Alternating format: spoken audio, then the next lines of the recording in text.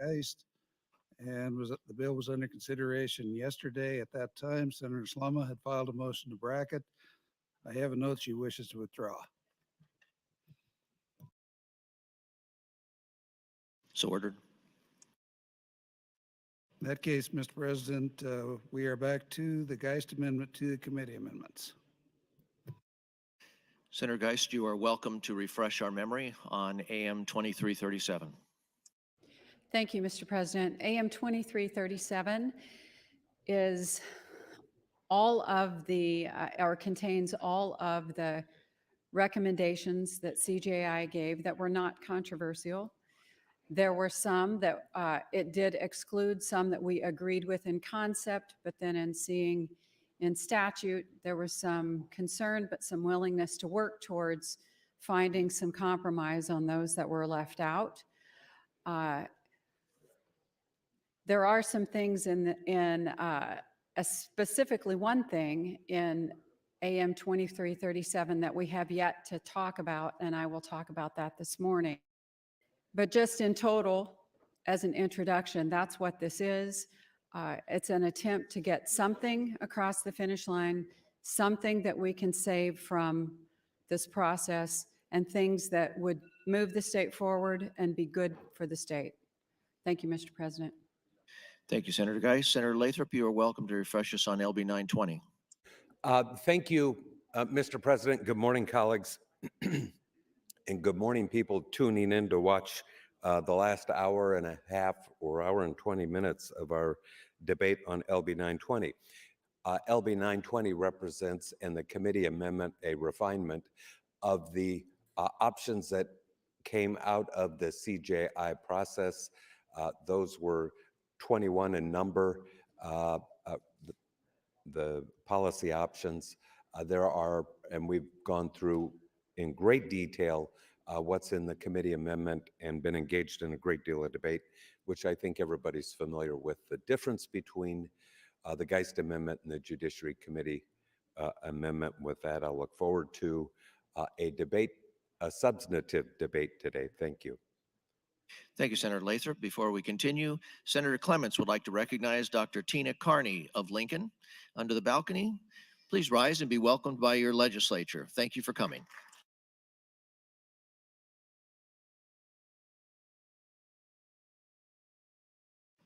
Debate is now open. Senator Matt Hansen, you are recognized. Thank you, Mr. President. I'll actually yield my time to Senator McKinney.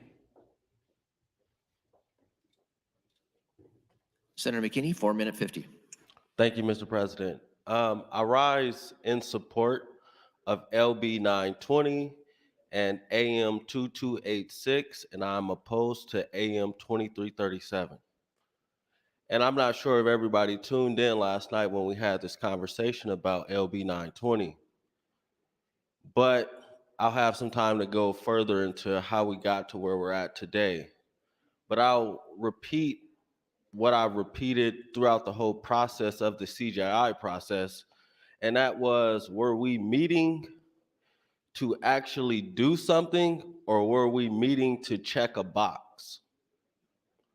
And I tried to be as optimistic as possible that we could potentially do some things to shift the criminal justice system in the state of Nebraska. And we're here today, and we're going to end in about an hour, and we're not going to do anything. We're not going to shift the trajectory of our criminal justice system. It's going to stay the same for at least another year. We're going to have to come back next year and introduce another bill to try to address these issues and try to push our state forward in the best way possible, so the men and women and the youth that are incarcerated in our state are treated as humans and not called inmates, criminals, felons, horrible people, and all those things that people stand up and say. We hear a lot of things from people that stand up and say Vladimir Putin is a horrible person and he does things that are not human. But when we don't do anything to decrease the overcrowding, address the issues in the criminal justice system, and change things in the states, in our state, how can we as a body say Vladimir Putin is a horrible person and not say we're not horrible people either? That's where we're at. We had conversations from January to now about how do we get 920 across the aisle? What do we do to find some middle? Middle for some is not the same middle for others. And that's why we're here today.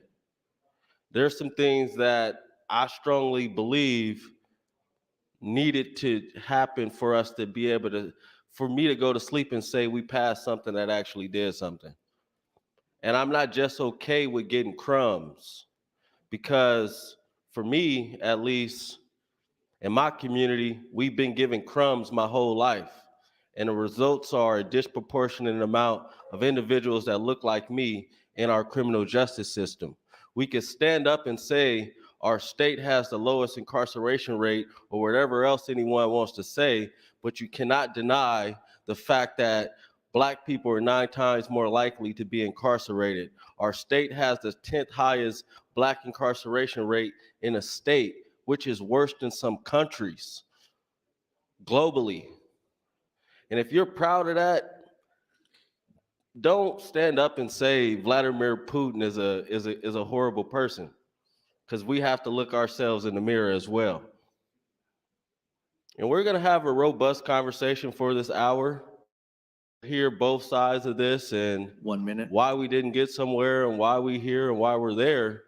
But the reality is there isn't a willingness to take the state further to address the criminal justice issues in the state. And we're going to hear things about public safety. I care about public safety. Everybody does. But there's a lot of people that didn't vote to even give rental assistance to people yesterday. But we care about public safety. But we're not going to help people with one of the basic human needs, and that's housing. So we'll have this conversation, and it should be fun. And I thank you. Thank you, Senator McKinney. Mr. Clerk. Mr. President, priority motion, Senator Salama would move to bracket the bill until April 20th. Senator Slama, you're welcome to open on your priority motion. Thank you, Mr. President. Good morning, colleagues. Normally I'm opposed to jumping the line, but I checked the queue this morning and evidently the ghost of George Norris was at work. It reset, so we ended up with about 11 people in line before either Senator Geist or I would have the ability to speak about this bill and set the table for what I believe can be a really substantial conversation about LB 920 and why I'm opposed to LB 920 if Senator Geist AM 2337 is not attached. So I will withdraw this at the end of my turn on the mic. I'm going to split it between Senator Geist and myself.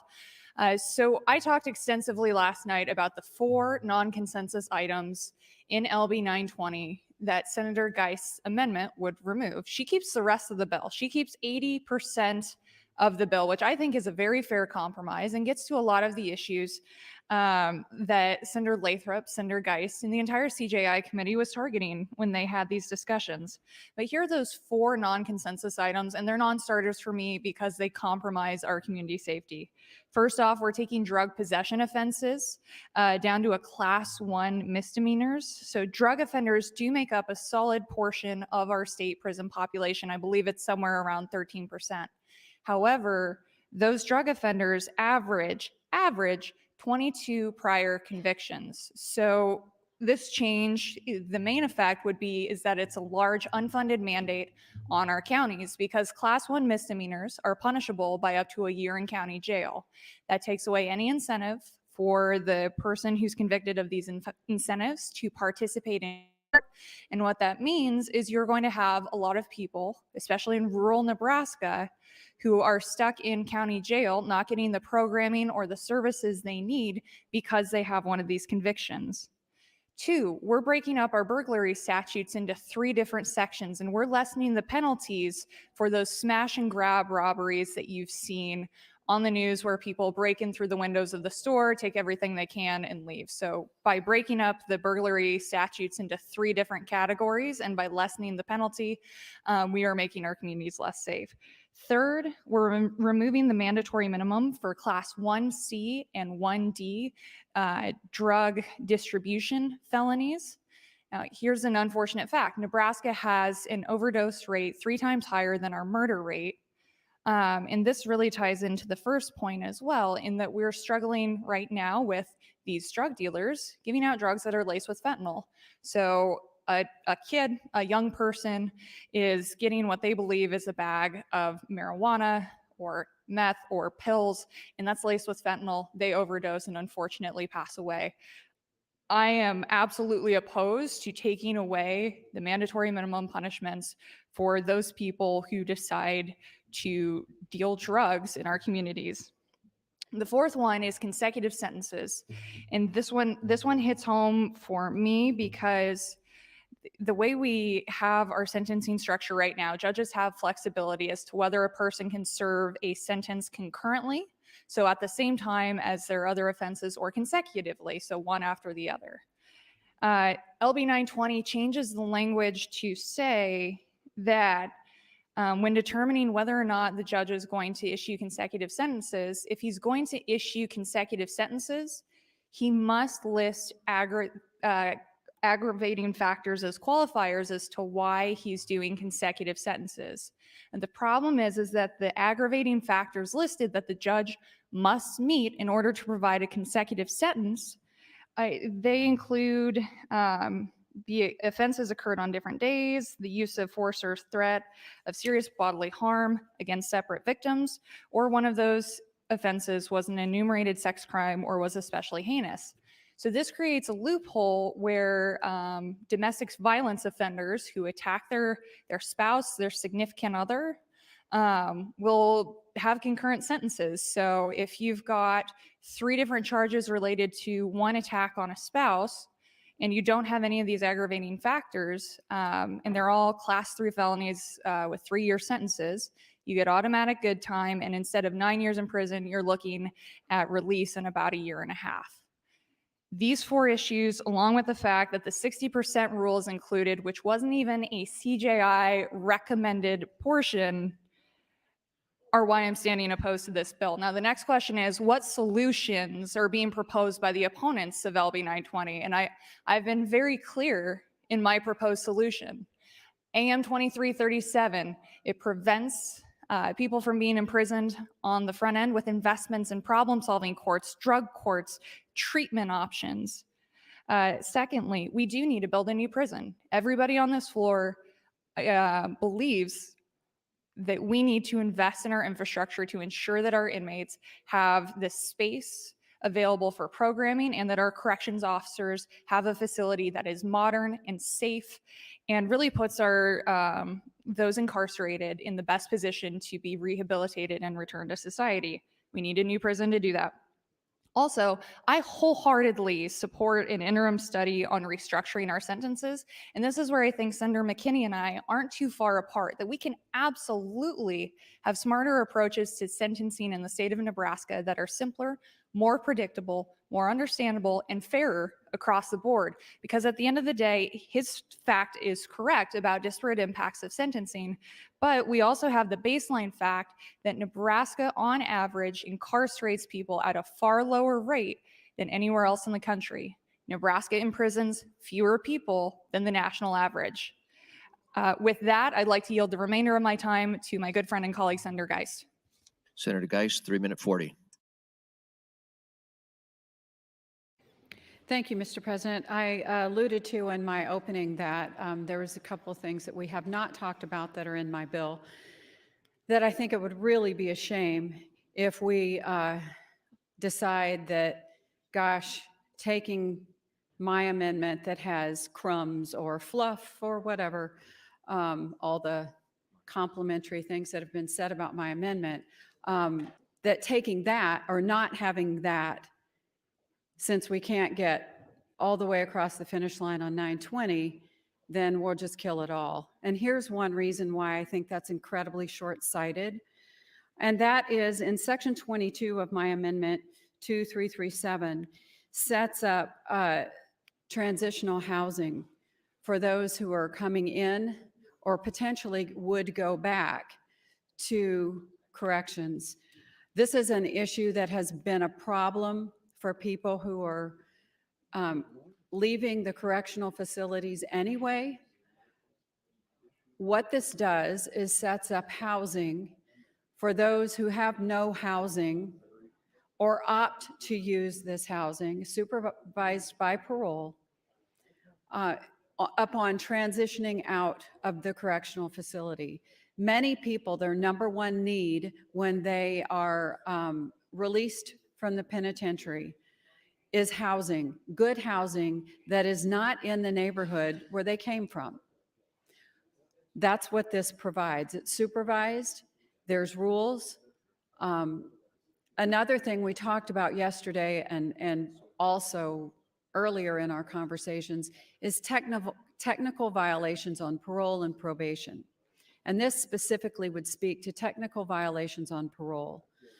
So if a person who is on parole repeatedly violates the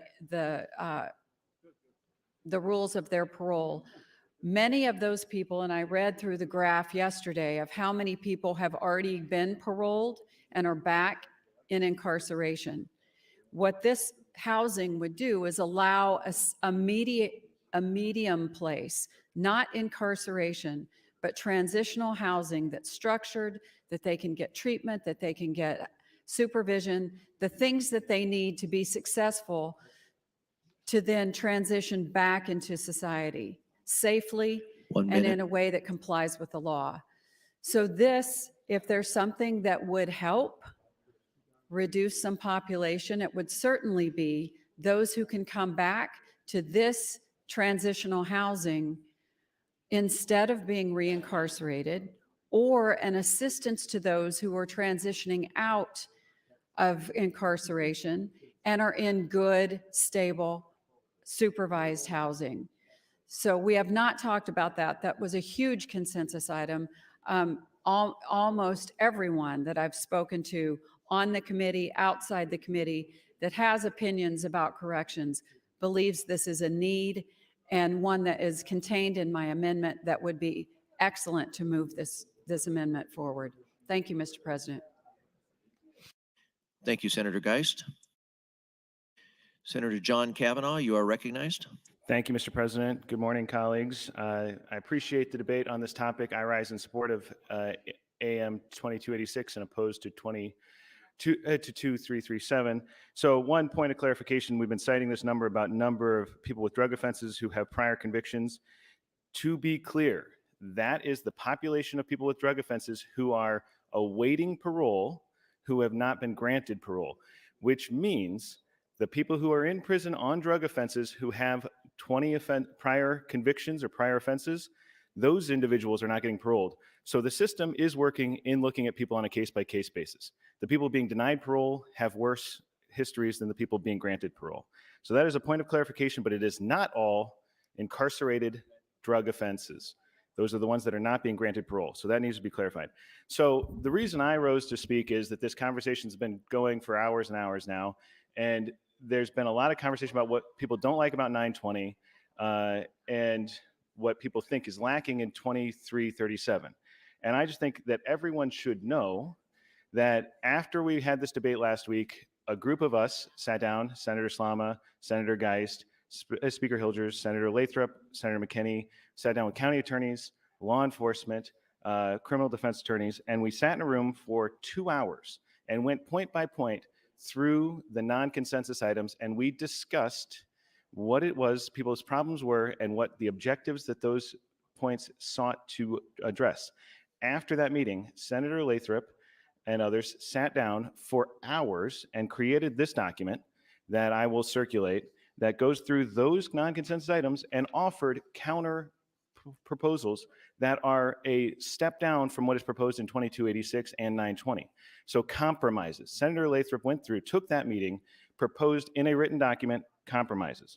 He went through option 5, theft, burglary. So Senator Slama has talked about this opposition to bifurcating the burglary offenses into occupied, non-occupied. And I don't need to go through all this for you, but the consensus was people had a problem with the 3 steps. So Senator Lathrop went and said, okay, how about 2 steps?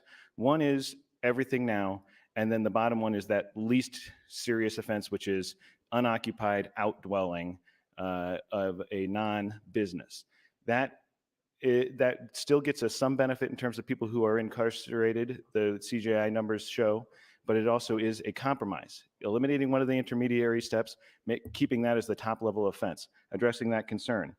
Option 6, reducing jam outs, which is this conversation about 1004 and the 60% rule. I would point out for you, 920 The 60% rule was a 50% rule. Senator Lathrop stepped it up to 60%, which is a compromise with a 10-year cap, meaning that it wouldn't be any more than 10 years between the top number and the bottom number. So that is another offer to compromise. Statewide standards for diversion. There was heartache about that.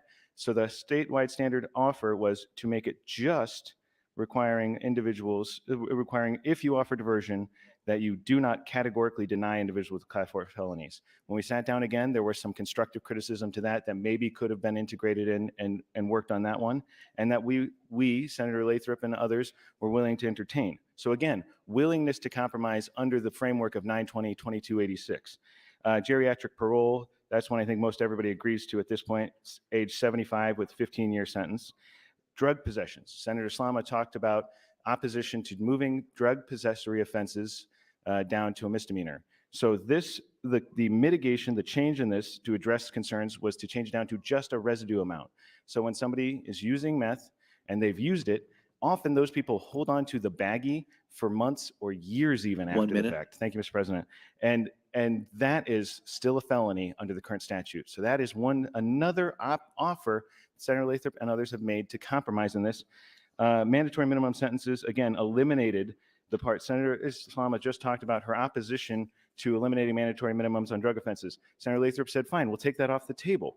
We will not eliminate mandatory minimums on drug offenses or any offenses.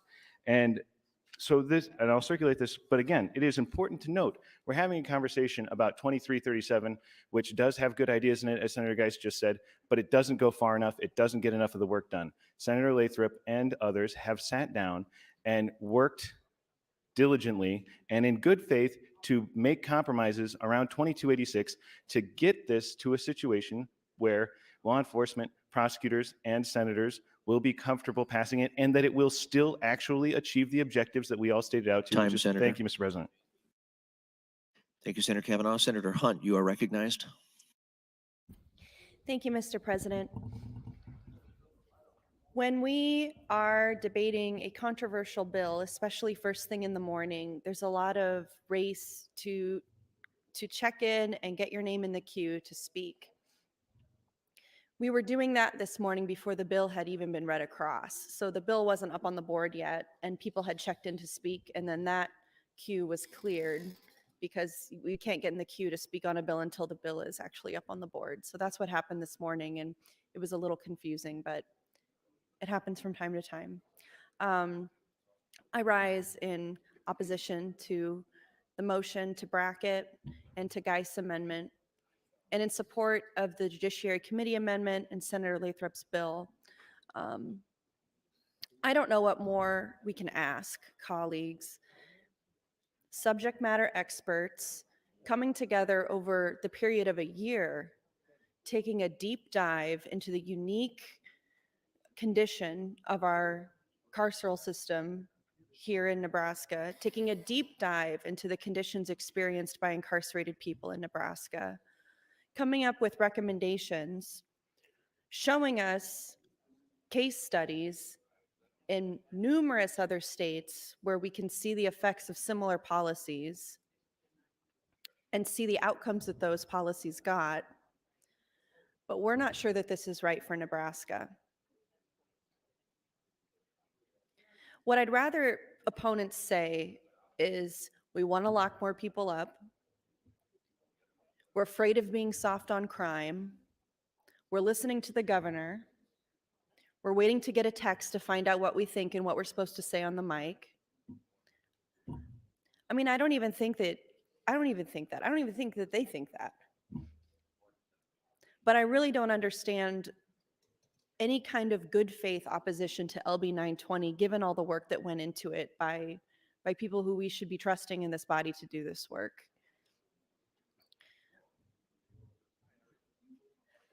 And I'll yield the remainder of my time to Senator McKinney. Senator McKinney, 2 minute 30. Thank you, Mr. President. And I'll rise again in opposition of the motion to bracket in AM 2337. And if there was a willingness from our state to actually invest in transitional housing, the governor wouldn't have vetoed a part of the budget to divert resources to transitional housing. So I don't even know if there's a willingness from the executive office to even work on transitional housing because he vetoed money that would go to it. And as Senator John Kavanaugh stated, we offered up compromises. We really did. And I really didn't want to. But we did because we were like, okay, let's try to work and let's try to find a path forward to try to get something done. And even with what was offered up, there was a lot of things that were no, can't get there, can't get there, can't get there, can't get there. So honestly, we might as well live to fight another day and work next year on this, because if we're just going to just pass something to pass something, I just don't think that that's good, especially if we know what happened with LB 605, where something was just passed to be passed and it didn't fulfill the potential impact that it could have had. 1 minute. If we're not going to fulfill the potential impact of having someone come in, evaluate our state, give us data, help us through a process to come up with options, and we actually implement those options, then what's the use of doing anything?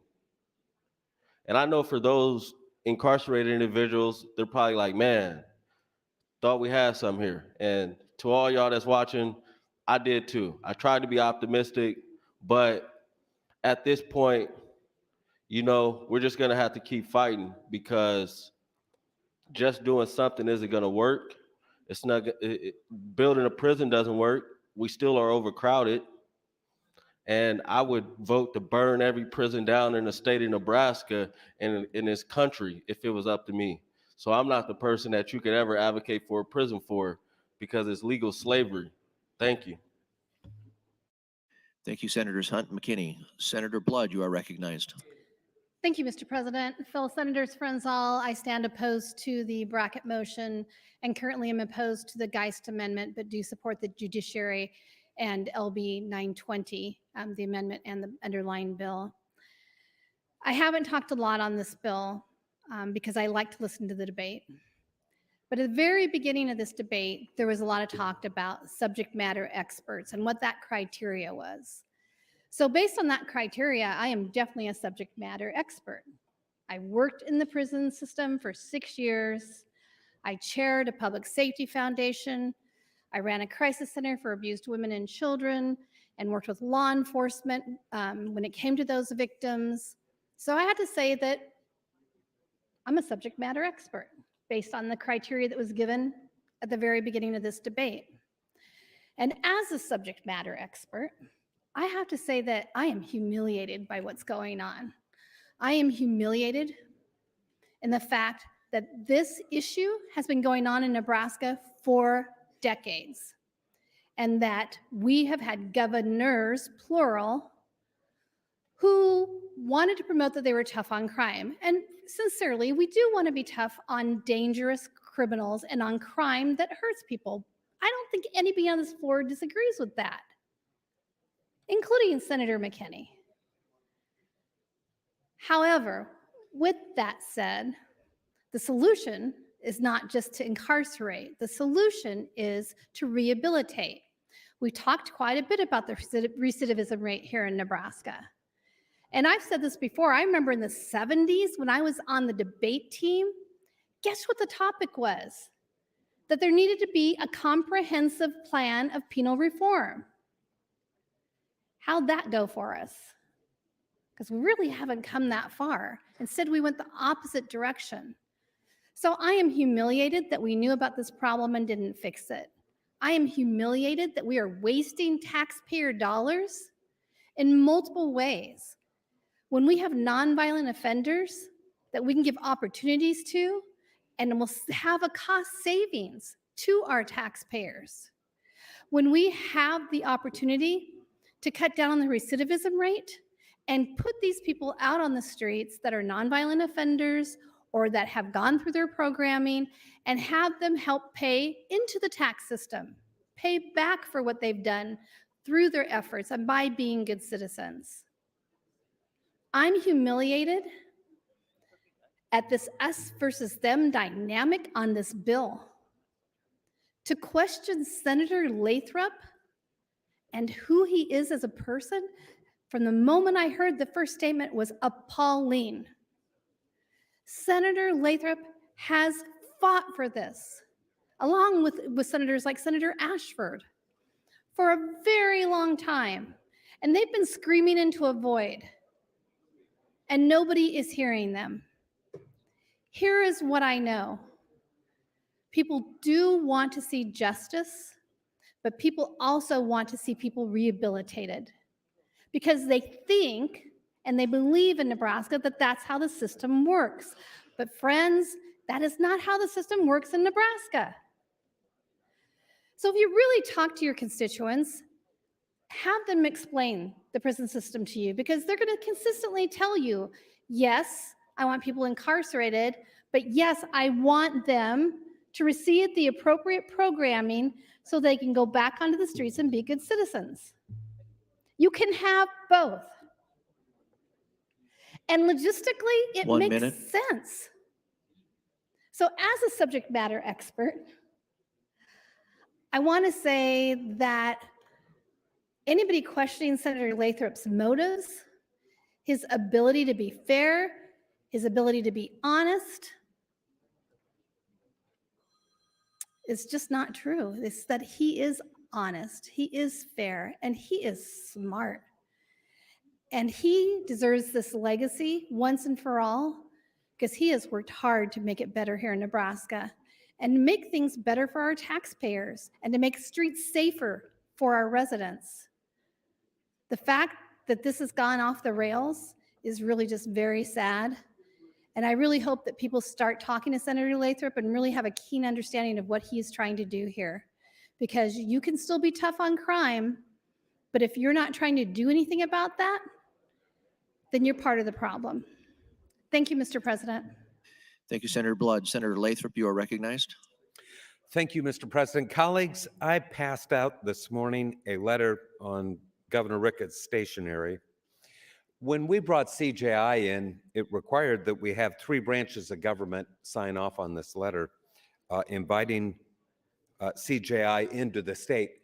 I passed it out. You can read the whole thing. I can get it all in 5 minutes, but I want to read part of it because some people at home are watching this and are maybe confused about this process.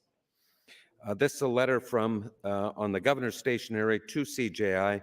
We write to express Nebraska's interest in receiving technical assistance from Crime and Justice Institute as part of the Justice Reinvestment Initiative, a public-private partnership between the Bureau of Justice Assistance and the Pew Charitable Trust. Your assistance is requested in support of Nebraska's ongoing efforts to effectively use government resources to reduce crime, enhance public safety, and increase opportunity for all Nebraskans. We believe that the inter-branch, evidence-based approach of the Justice Reinvestment Initiative will help us reach our goals. The most recent Bureau of Justice statistics data from 2018 shows Nebraska with one of the highest custody populations compared to maximum operational and design capacity of the state's correctional facilities. In fiscal year 2020, the average daily population of our state's correctional facilities was 5,040, which represents 115% of facility operational capacity and 156.7% of design capacity. While the incarceration rate has declined in most states across the country over the past 15 years, incarceration rates in Nebraska have increased by 17% over this time period. Nebraska's growing prison population appears to be driven by increasing prison admissions, longer sentences, and the need for continued improvement in probation, post-release supervision, and parole systems. Over the last decade, three-year recidivism rates defined as return to custody at the Department of Corrections have gradually increased. We are seeking an opportunity to utilize our state's own data to better understand these challenges and develop data-driven, research-based, cost-effective strategies for addressing this vital issue in our state. Under this proposed partnership, the state of Nebraska will provide CGI with full authority to access the data, establish a task force, use the findings of the task force to prepare for legislative administrative actions in 2022, and to the extent that any reforms generate cost savings, prioritize reinvestment of a portion of those dollars into programs shown by research to reduce crime and recidivism. We understand in requesting this assistance, we're asking CJI to, among other things, assess Nebraska's sentencing and correction laws, policies, and practices, provide examples of how other states have responded to similar problems, and present research studies on recidivism, and work with the legislature, the governor, the Supreme Court, and the Office of Probation Administration, the Crime Commission, and the task force as needed in drafting and advancing legislation to be introduced in the 2022 session. And it concludes with, we are committed to using research-based, cost-effective strategies to ensure public safety and improve the quality and functioning of Nebraska's criminal justice system. Thank you for your consideration of this request. It's signed by the governor, the speaker, the Chief Justice of the Supreme Court, and myself as chair of Judiciary Committee. I read that letter, and again, the copy's on your desk. I read that letter so that you know what this process was going in. Because what we have in the amendment offered by Senator Geist doesn't resemble what we expected, what the process was intended to produce. Having things that don't change the population inside the Department of Corrections put into an amendment does not get done what we came here to do, colleagues. And if we don't accept the responsibility and the need to make change found in 920, then we're going to need two prisons. We're going to get on a track where we're trying to build our way out of this problem, and it is simply fiscally irresponsible. Thank you. Thank you, Senator Lathrop. Senator DeBoer, you are recognized. Thank you. Thank you, Mr. President. Good morning, colleagues. So I stayed out of the queue yesterday because I heard my colleagues say that they felt that they didn't have the opportunity to get to speak, and I didn't want to take up all the time on the microphone. And that happened, and I think that's great. And so I stayed out of it yesterday. But there were a number of things I wanted to say, and so I want to speak to some of those this morning. But I know a lot of people are working on other things. They're maybe not listening. So let me give you the Cliff's Notes right now, then you can get back to what you're doing. But let me say this. The Cliff Notes are this. We need a plan. We need a plan to really change our trajectory of our average daily prison population here in Nebraska. We don't have a plan unless we do 920 with the Judiciary Committee amendment. That's the only plan that's out there that's going to have any kind of significant effect. Now, Senator Lathrop has proposed, it sounds like, a compromise plan. Okay, maybe it won't do as much as we need it to, but if Senator Lathrop says it's a good idea, and he's talked to the people who do the data, and I know he does, because every time I suggest something, he says, let me get the data on that. Then that's a good plan. Okay, I was going to do bullet points. We need a plan. We cannot build our way out. No one thinks we can. No one thinks that we can keep up with the prison population trajectory we're on right now, and we can keep building prisons at a fast enough rate that we, one, get out of our overcrowding emergency, and two, deal with the level of incarceration and the length of incarceration that we are currently on. We have to significantly change the slope of increase in our average daily population of incarcerated individuals in this state. We heard last night folks saying, oh yes, but we're low. in terms of the percentage of people we incarcerate in this state. Colleagues, we are one of either 2 or 3, I can't remember. I was rereading everything over the weekend. You can see I've got about 6 inches of paper here. And I remember reading either there are 2 other states besides us, or we're one of 2 states, and I'm sorry I can't recall which, that have a growing average daily prison population. So we don't have the most people incarcerated yet, but we're getting there. We're trying to get there. We don't have a plan unless we do something pretty significant right here today.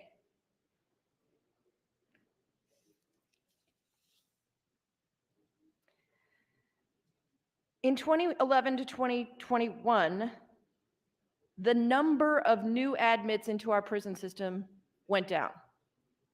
But when you look closely at that data, you'll discover that that's because in the first half of that decade, it was really going down. Once again, we've turned around that progress, and now we're starting to incarcerate more people each year again. We have to do something about this. If you're sitting at home and you think this doesn't affect me, it does. This is a public safety issue. That's what we're trying to say. Well, I'm not going to be able to get back in the queue again, so I will say a couple more things. One, somebody said last night no one cares about victims. I'm sorry, I find that really hard to believe.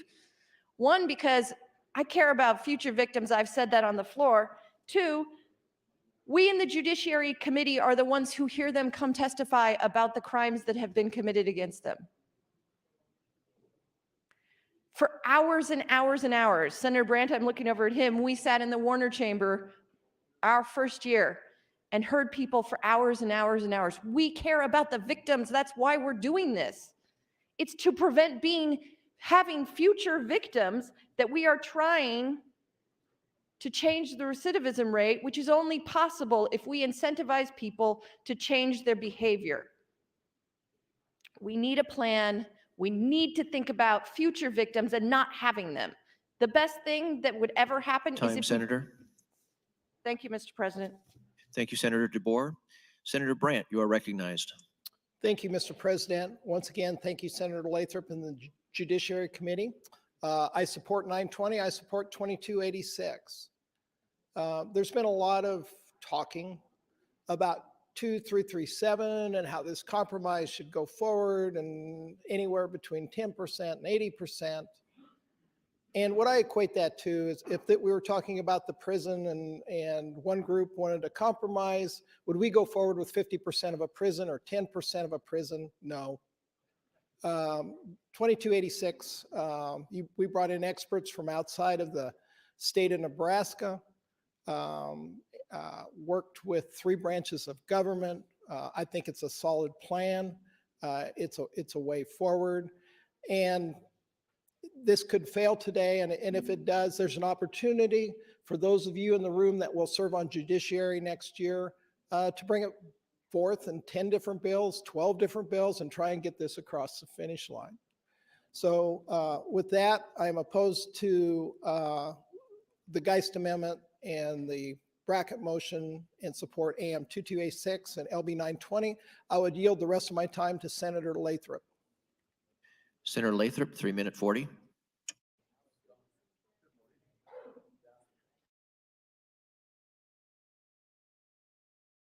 Senator Brandt, I don't see Senator Lathrop. I would yield the rest of my time to Senator DeBoer.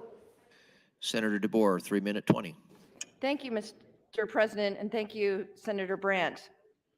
So what I was saying a few minutes ago, one of the things in Judiciary Committee, when I first got in, Director Frakes would come in and we would say, Director Frakes, why are your prisons so overcrowded? What are you doing? And he would say, I just incarcerate and take care of the people that you send to me. And he's right. Prison is overcrowding isn't about Director Frakes. I can't imagine how hard that job must be. Because we continue to send him more people without reducing sentence lengths, in fact, increasing sentence length. The data says that our sentence lengths are going up. So here he has more and more people to take care of. It's not his fault, it's ours. This room, all of us in here, we're the ones. We have the power to stop this, and we are the ones who created this problem.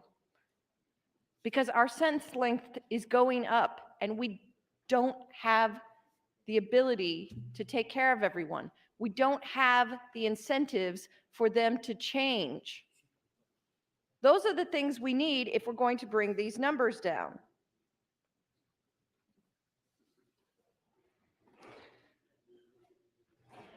The proposal that Senator Lathrop has given as the compromise.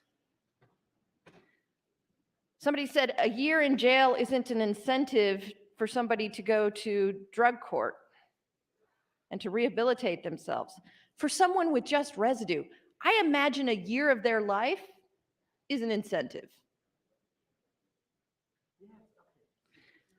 With burglary, we talk about having specific and general deterrence. We talk about getting people not to commit crimes.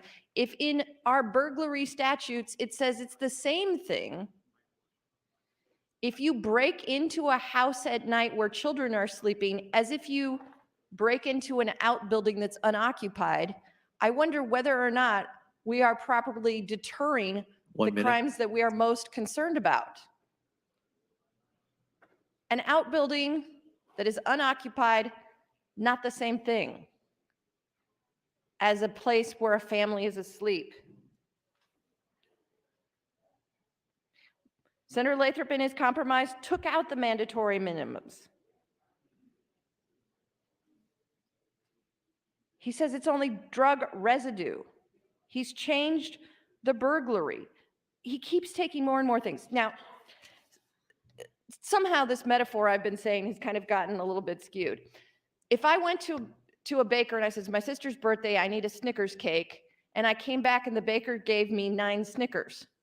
Snickers are great, but it's not a cake, and it doesn't do what I need it to do. I need a birthday cake. I need a plan to reduce the number of people in prison. Time, Senator. Thank you. Thank you, Senator DeBoer. Senator McKinney, you are recognized. Thank you, Mr. President. I rise opposed to the bracket motion and AM 2337.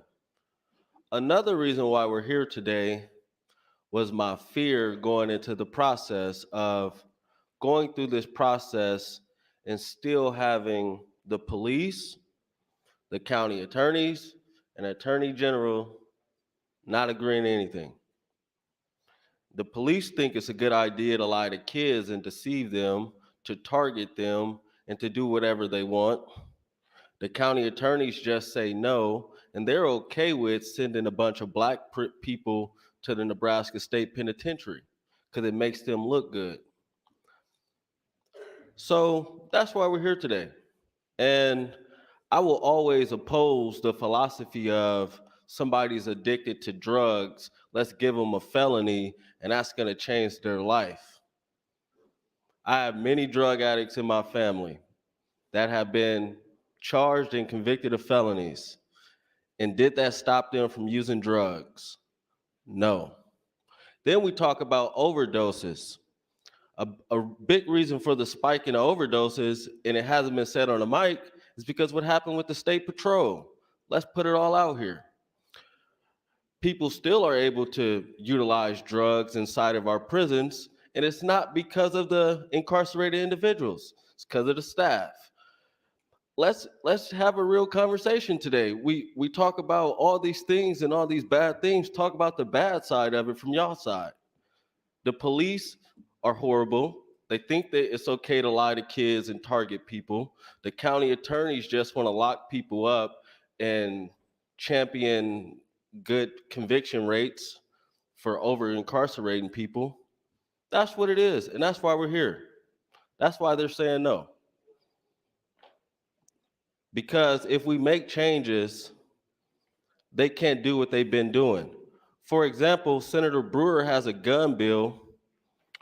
Police come to the hearing And they say the only reason we oppose this bill is because it would take away our ability to target. Just think about that. The only reason they oppose a bill is because it would take away their ability to target. But just last year, one of the people who are in opposition of 920 went and supported Senator Brewer's gun bill because it excluded Douglas County. And that was ruled unconstitutional. So from my perspective, they're okay with constitutional carry, or however we want to frame it, as long as the county with most of the black people doesn't have it. That's what it is. Let's be frank today. The police are unreasonable. The county attorneys are unreasonable. They don't want change because the system they're currently operating in is oppressive, and they think it makes them look good because they want to be tough on crime. Tough on crime doesn't work. You've been tough on crime since before my birth, and we have overcrowded prisons. We still have high poverty across the state. How is that working? The budget for the Department of Correction keep going up. It's almost $300 million. Look at the numbers from the 90s to now. If being tough on crime worked, then why haven't you fixed it? It doesn't work because it's a horrible philosophy. How about you make sure people have a bite to eat? They're not living in poverty. They got livable wages. They got transportation, housing, the basic necessities. Let's make sure the people that are incarcerated are given adequate programming. We properly staff the institutions that should be burned down. How about we do that? Then you want to lock people up for failing as a state, and that's your solution. That's the problem here.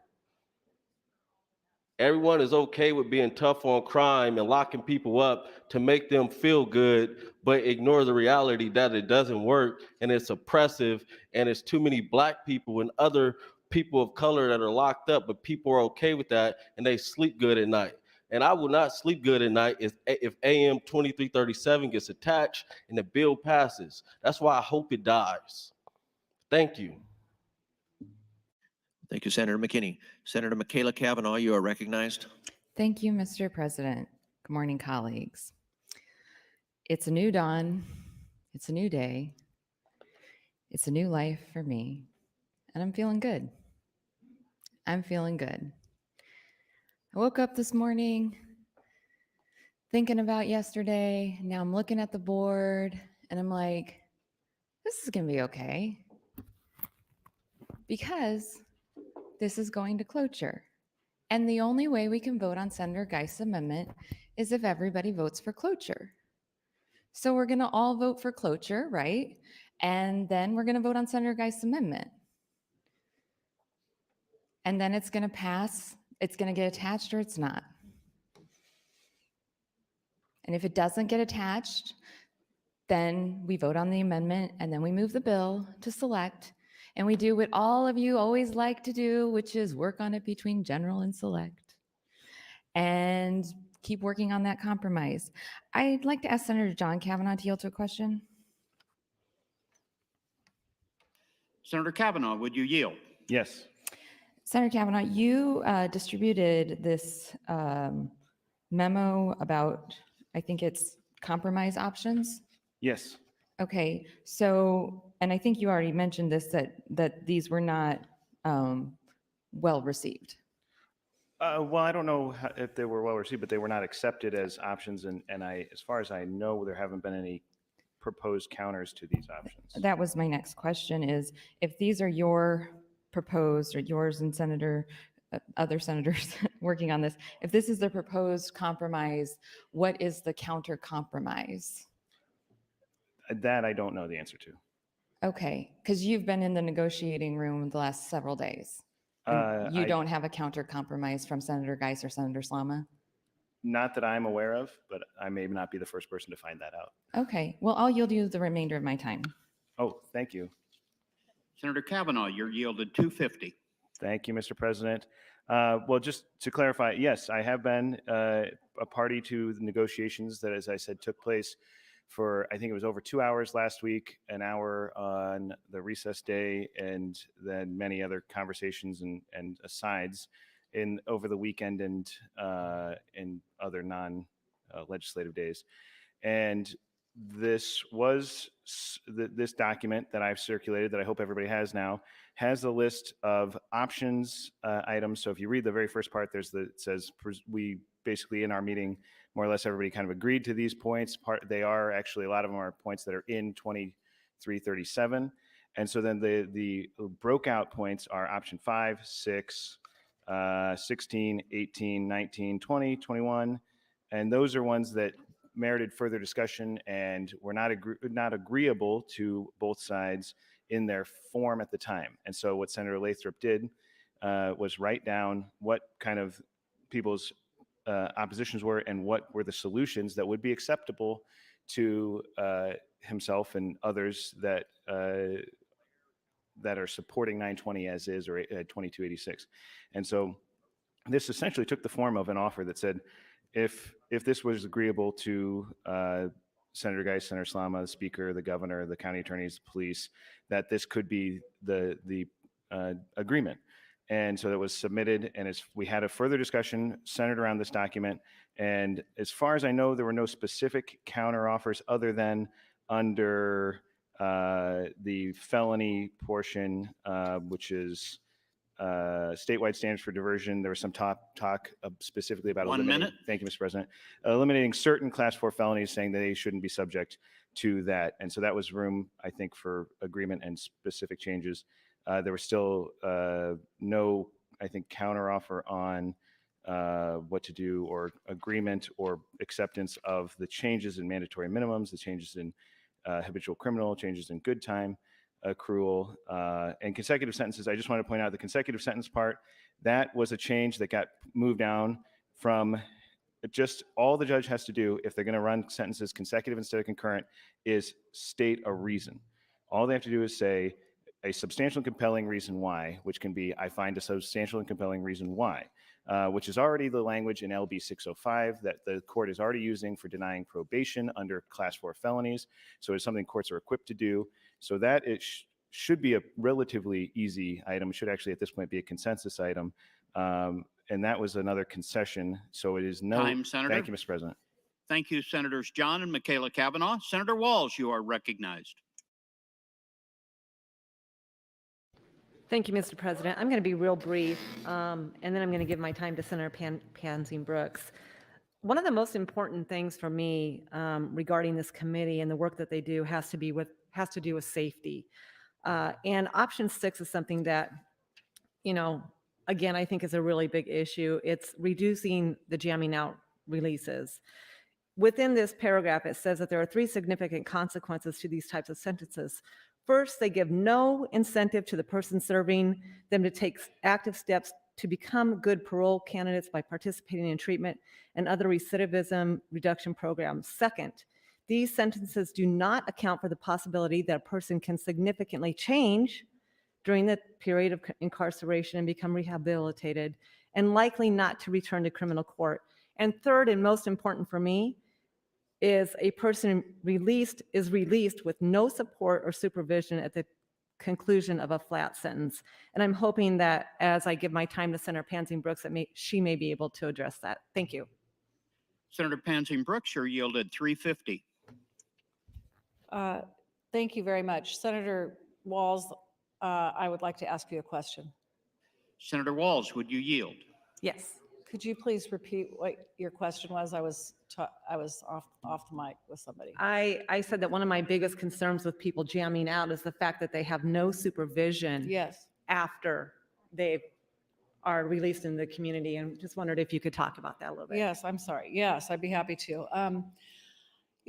What happens is that when people choose not to do the programming, or when they choose to just jam out, as the most infamous person in our state did, Nico Jenkins, he had been in solitary confinement and was jammed out, even though he was telling people that he was going to kill 2 people, and that the god Ra, the Egyptian god Ra, had told him to commit these crimes. for some reason, and that he needed more medical help and mental health help, they released him straight from solitary confinement. The prison was too concerned to have him in the general population and had him in solitary confinement and then released him to our population. There should be a hue and cry about that. The fact that somebody is claiming that they're going to, we had full notice that Nico Jenkins was going to kill some people. And sure enough, that's exactly what happened. So yes, and sometimes we're getting a little chippy on the mic here. And I just want to say to Nebraskans, imagine if those of us who are not ag or agricultural experts or farmers, we're standing up and telling everybody what you should do on your farm and what you should do with your experience as a farmer. And there are a number of us that are lawyers that have been trained in this, and we are getting a little chippy about it. I have concerns about the lack of substance in Amendment 2337. We're talking about pilot programs. We're way past pilot programs and another study, another task force. That's fine. I'm happy to have those things, but let's have some substance and some meat. In 2018, I brought a bill asking for $500,000 for programming to help supplement programming in the prisons. 500,000. Think of the money we're talking about today on so many things.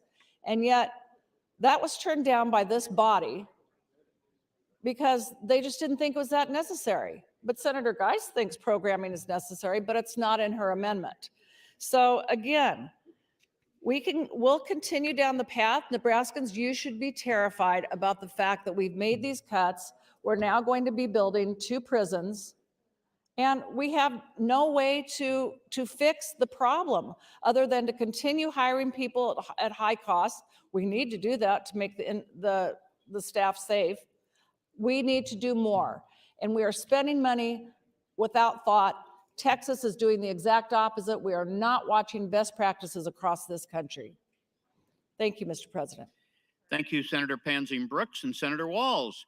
Members, I would like to introduce 88 fourth grade students from Gretna Elementary in Gretna. They are seated in the south balcony. Would you please rise and be recognized by your Nebraska Legislature?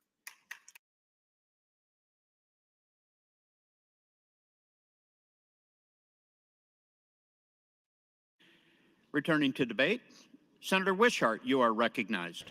Thank you, Mr. President. I rise in support of LB 920 and the Judiciary Committee amendment and against AM 2337.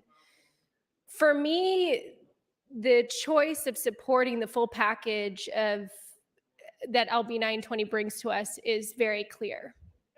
As an Appropriations Committee member, I have spent the past 6 years with my colleagues and with you building over 800 beds of correctional capacity, and we are still not addressing our overcrowding issue.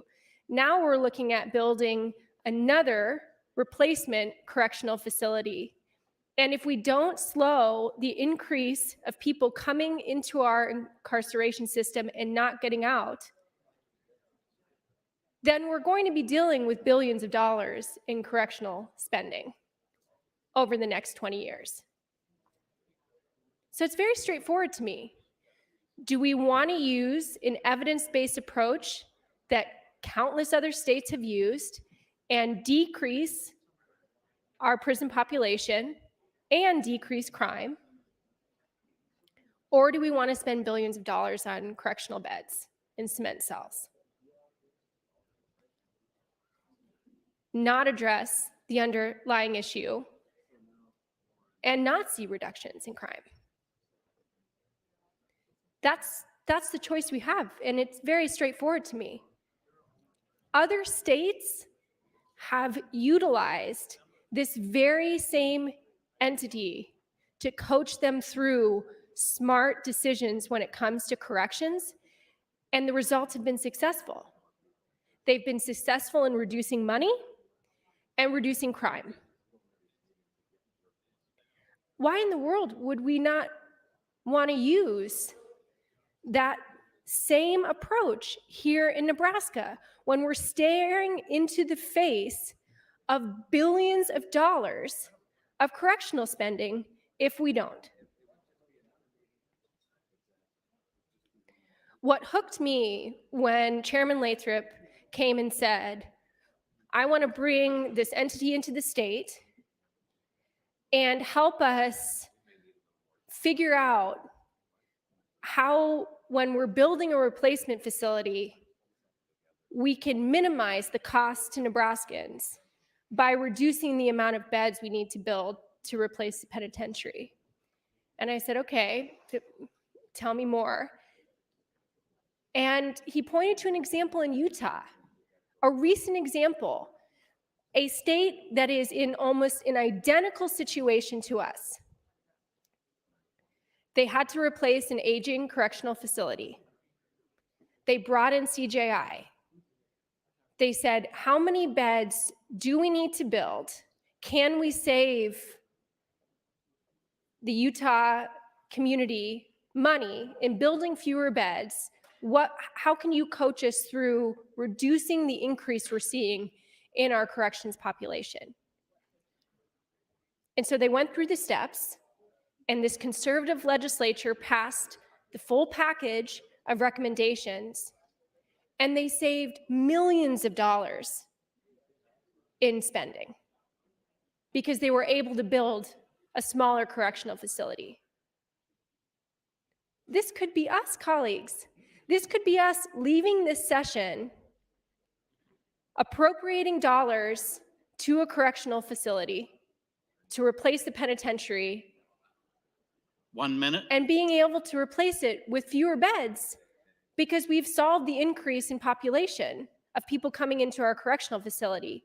And then following in the footsteps of all of the other states who have participated in this coaching and also seeing a reduction in crime. It's a no-brainer to me, colleagues. We need to pass the full package. It's our responsibility to be smart with how much money we invest in public safety and to be smart in terms of ways that we reduce crime. And LB 920, the full package, is the way to do that. Thank you. Thank you, Senator Wishart. Senator Slama, you are recognized. Thank you, Mr. President, and good morning, colleagues. I rise today just to clarify some things. This will probably be my last turn on the mic, and I appreciate Senator Wishart's comments about smart approaches. But I did want to note in the Utah example that she listed, you're right, they did build a smaller prison based on the CJI projections. However, those projections didn't pan out. And right now, Utah is stuck considering a multi-million dollar upgrade to their new prison. So they're opening a new prison that is underbuilt because of these projections. So when it comes to smart approaches, I absolutely think we should look to Utah's example because they're staring down the barrel of additional expenditures because they underbuilt based on just a couple other responses to what's been said on the floor. I appreciated Senator Walz's concern about jamming out. I wholeheartedly agree with that. Senator Geist, law enforcement, and I proposed increasing post-release supervision. And we were shut down in negotiations on that with the response that that would be a new bill, so we'd have to have a new hearing, so we just don't have time for that. And that gets to the core of some of the inside baseball as to what's been happening with negotiations. So in terms of movement, Senator Geist's amendment includes 80% of LB 920, so 80% of the baseline bill. So she's 80% there. There absolutely have been proposed compromises from our side, including language of a bill that the governor vetoed 2 years ago. The big stumbling blocks are the 4 items I outlined earlier, and the real wall that we hit was the 60% rule, which isn't even in the CJI recommendations. And that was a single item that became, if we didn't say yes to it, it was his way or the highway, and negotiations were going to be shutting down. And it gets to the core of why negotiations are happening now, because they only kicked off after months and months of data collection, because we showed a card that showed that we can and we will block this bill if concessions aren't made with respect to community safety. There's a reason why LB 920 without AM 2337 is opposed by law enforcement, the Attorney General's office, and our county attorneys, those people tasked with ensuring community safety, because those 4 items I outlined, along with the 60% rule, are non-starters because they compromise community safety. So when we're talking about smart approaches, we really have to get into the core issues of what we're talking about in terms of we're sticking our drug possession offenders in county jail for a year where they can't get programming. We're letting our drug dealers go without mandatory minimums. We're letting domestic violence, those who commit domestic violence go out early because we're not going with concurrent sentences, and we're incentivizing smash and grab robberies. Those are really uncomfortable facts, but they get to the core as to why we haven't moved on LB 920 and why I wholeheartedly support an interim negotiation, because I think this last second negotiation is making sausage that is untenable to the safety of Nebraskans. It's not good policy. It's not a good approach. So that's why I'm opposed to cloture. And just to explain why I'm opposed to cloture, and I would encourage everyone else to do so, since Senator Lathrop isn't on board with AM 2337, Senator Geist's amendment, it does not have the 25 votes to advance. So the only way that you're going to block LB 920 unamended, so the version that is wholeheartedly opposed by law enforcement, is to vote against cloture. So I'd encourage you to do so. And also, I'll just take my last minute on the mic to respond to Senator McKinney. And I respect him. I respect that we might have some different life experiences. But to get up on the mic and just say, as like a fact, that police are horrible, and to say that the police's formal position on a bill was so that they could continue targeting people. Like, the words that we say on the mic matter, and our law enforcement officers put their lives on the line every single day. So to have blanket statements like that, I've got to counter that and thank our law enforcement officers for their service. Those views, those negative comments are not shared by the overwhelming majority of this body, do not reflect our thoughts or mine. So thank you, Mr. President. Thank you, Senator Slama. Senator Lowe, you are recognized. Thank you, Mr. President. I stand in favor of AM 2337 and against LB 920. And to say that the 17 out of the 21 policy changes that are in the Geist amendment are fluff and stuff, then why did CGI recommend them? And why are they in the bill? If they're just fluff and stuff, do we just put fluff and stuff in our bills? We have to ask ourselves that. And with that, I'd like to yield my time to Senator McCollister. Senator McCollister, you are yielded for 20. Thank you, Mr. President, and thank you, Senator Lowe. What will be the legacy of this legislature? What will be the legacy of Governor Ricketts? Will the legacy be we had an opportunity to deal with criminal justice reform and we let the opportunity pass by? I don't know. I'm in the possession of an April 4th letter from Senator Lathrop to Speaker Hilgers. And it says what the various positions are with regard to a compromise. I would ask Senator Hilgers to express where he thinks the holdup is in dealing with 920. Senator Hilgers, would you yield? I would. So thank you for the question, Senator McCollister. I've been involved, at least in a number of the conversations over the last week or so. Certainly not, I was not originally part of the CJI process, but I've heard from Senator Lathrop, Senator McKinney, Senator Kavanaugh, as well as Senator Geist, Senator Slama, and a lot of the different subject matter experts, including Tom Riley in Douglas County, the public defender, and others. And I did receive this letter. I think there are a number of areas where there actually, there was, both sides were moving towards one another. I think you saw as an example, geriatric parole, and even in this letter, it was noted now it's nearing towards an area of consensus. It did not start that way, I'll tell you, Senator McCollister. I know speaking to Senator Geist on different areas like consecutive sentences, there was agreement on having a judge put something in the record, taking a moment to pause. There was an agreement on putting substantive restrictions on that discretion of the judge to actually put into place a consecutive sentence. But there was movement on saying, let's have the judges at least articulate and take a moment, take a beat to put it on the record. My sense of, so there are a lot of other variables and items, you've seen them here. Some of them, I don't think the sides could agree. My understanding, from my observations, and Senator Lathrop can correct this, my understanding is, Senator Lathrop's position is, based on the CJI data, these are the policy solutions that will help have the biggest impact on reducing the population in corrections. And my sense is, amongst these policy provisions, that the number one, the one that would have the biggest impact, all of them, I think, from Senator Lathrop's perspective, would have an impact, is the solution to jam outs. You've heard Senator Lathrop talk about that quite a bit.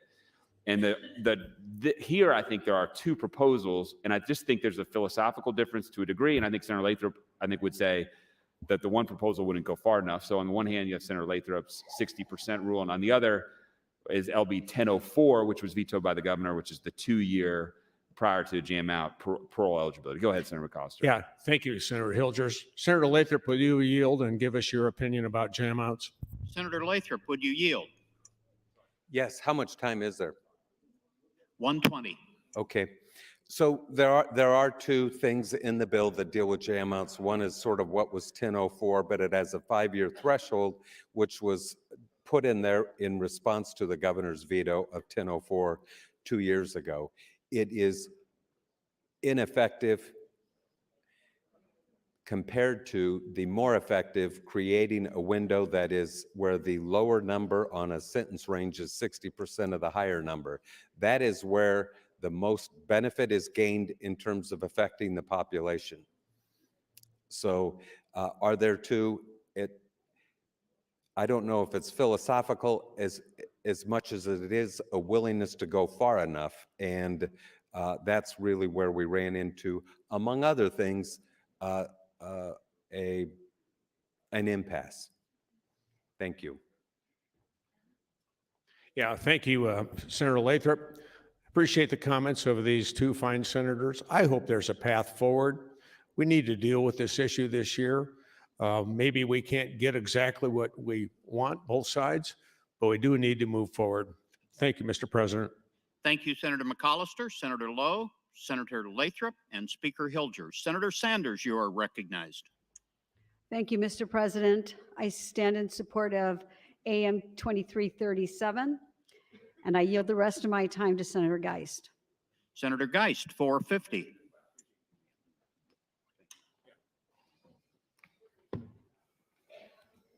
Thank you, Mr. President.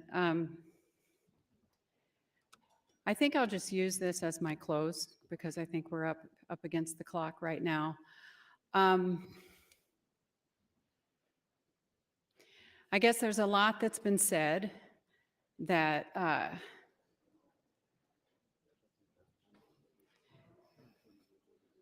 that is, I would say, quite disappointing. Some accurate, some far from. The fact that I was never willing to negotiate has never been the case.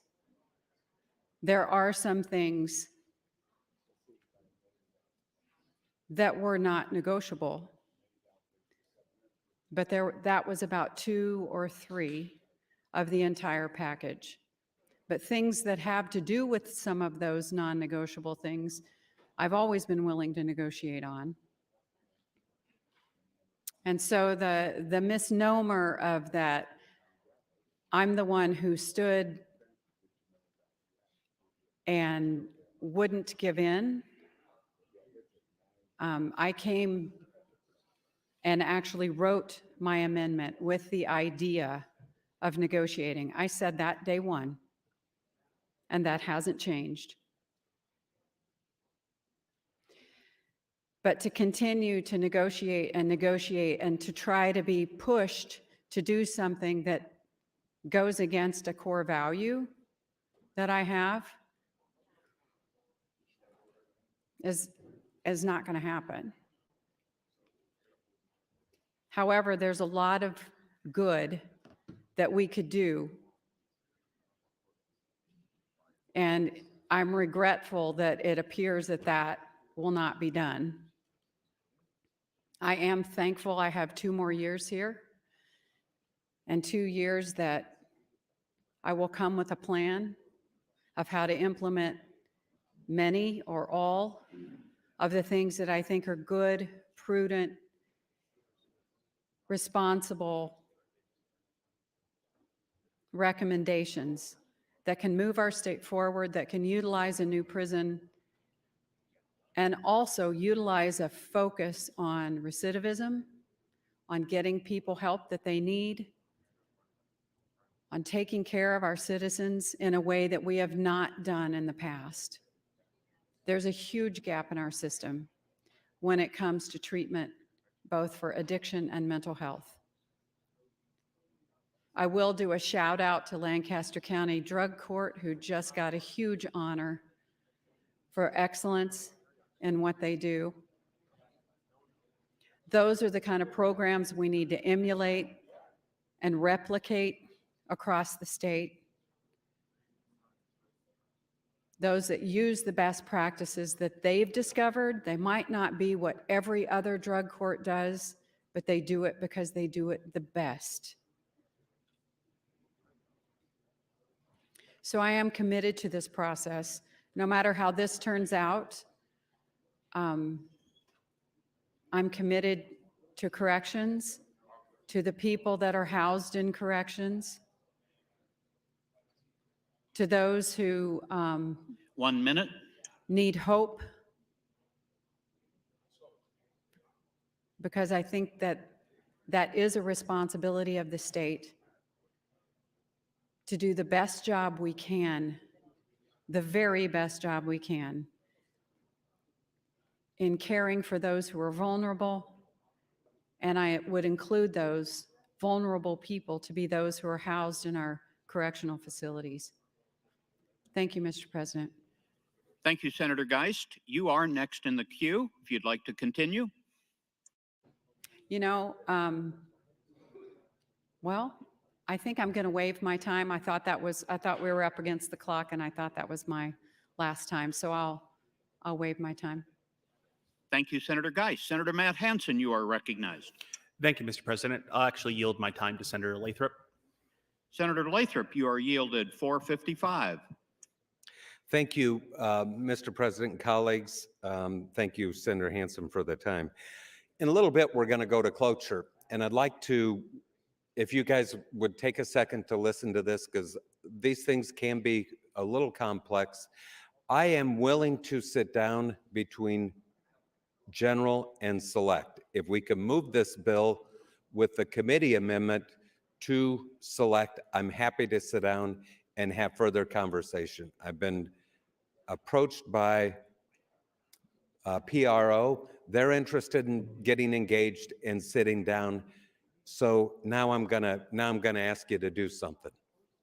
If you can vote yes on cloture, no on the bracket, no on the Geist, adopt the Judiciary Committee amendment and move 920 to select, I will sit down with Senator Geist, and I say aye.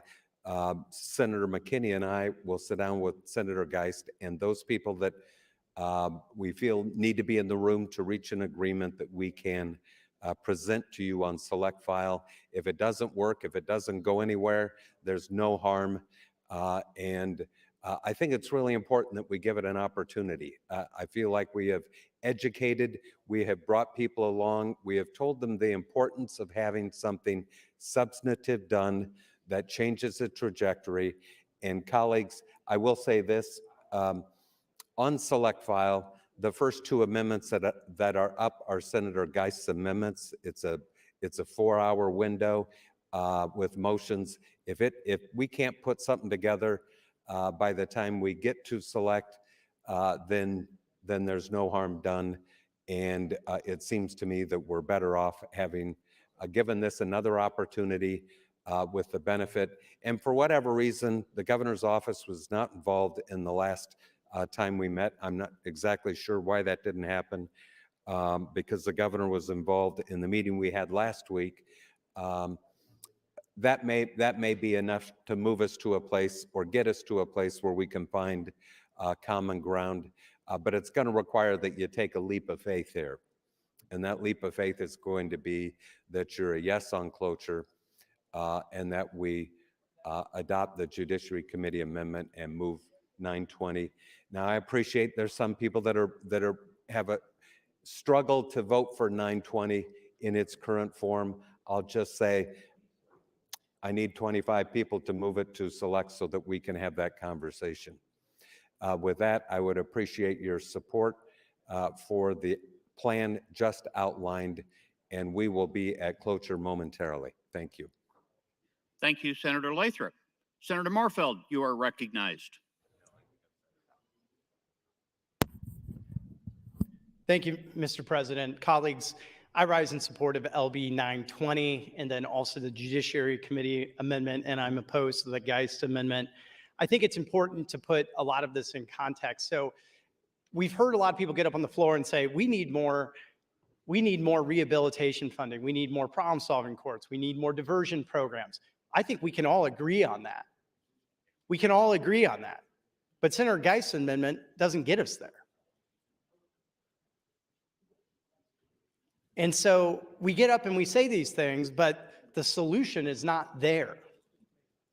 And the bottom line is that what we have is we have a burgeoning prison population. We have crime actually going down and the prison population going up. And we know from the data and from the facts that a lot of these folks that are filling up our prison are nonviolent offenders who have drug addiction problems and substance abuse problems. Nobody has any problem putting violent offenders away for a long time. Nobody. I sure don't. Senator Pansy Brooks doesn't have a problem with that. I don't think anybody does. Violent criminals should go away for a long time. But the bottom line is that what we're doing is we have created a system where nonviolent offenders who often simply have substance abuse problems that have not been addressed because of a ton of different other policy failures by the state of Nebraska, are spending all of this time in prison and coming out worse than they went back in. And I think it's important to remember that 95% of the people that go into our prison system are coming out.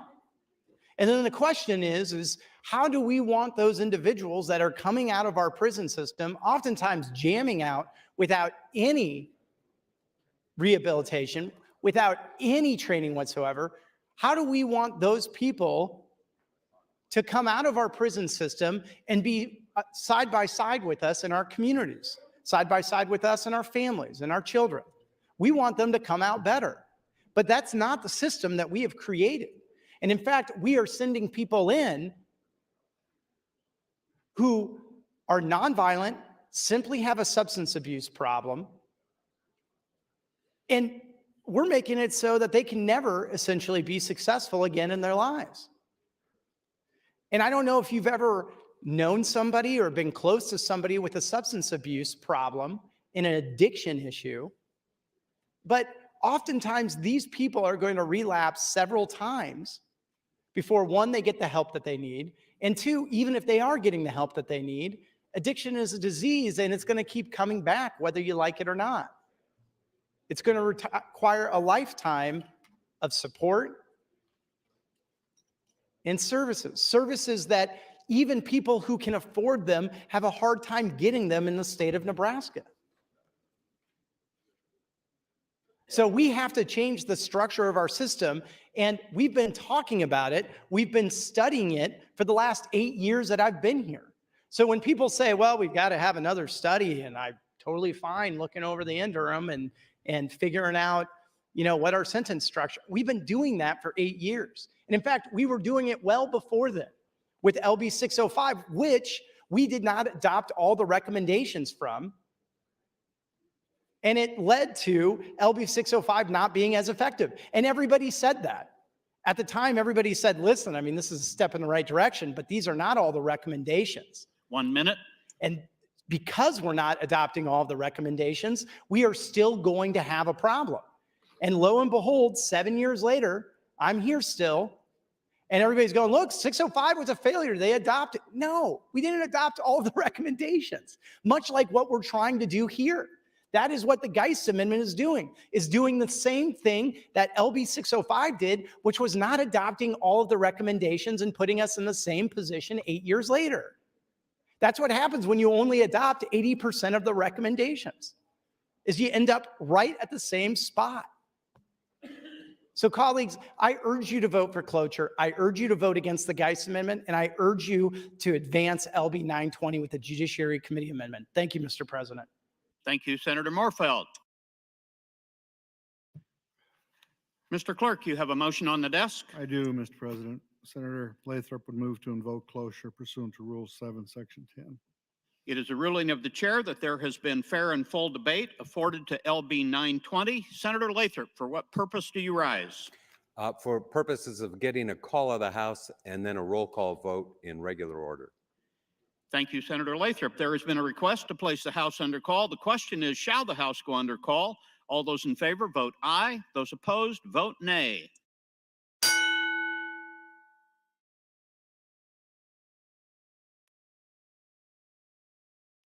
Record, Mr. Clerk. 38, 6 nays to place the House under call. The House is under call. Senators, please record your presence. Those unexcused senators outside the chamber, please return to the chamber and record your presence. All unauthorized personnel, please leave the floor. The House is under call.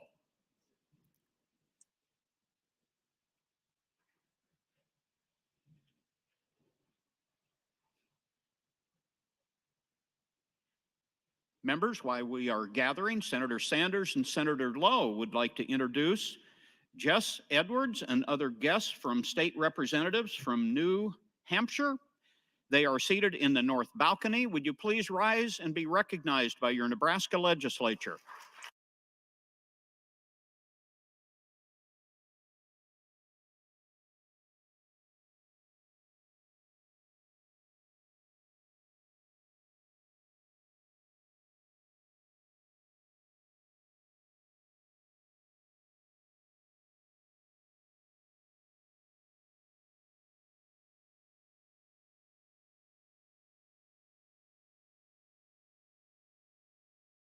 Members, we are under call.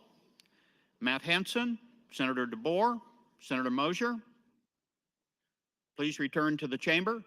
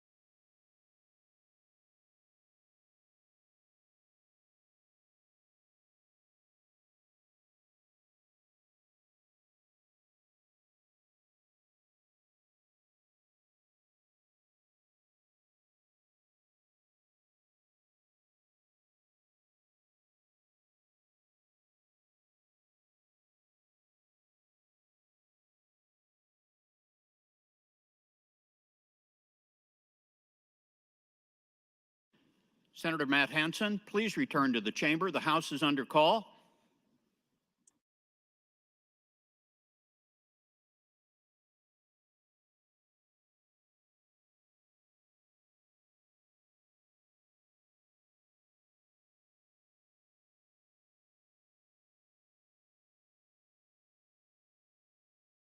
All unexcused members are now present. Members, the first vote is on the motion to invoke cloture. This takes 33. There has been a request for a roll call vote in regular order. Mr. Clerk.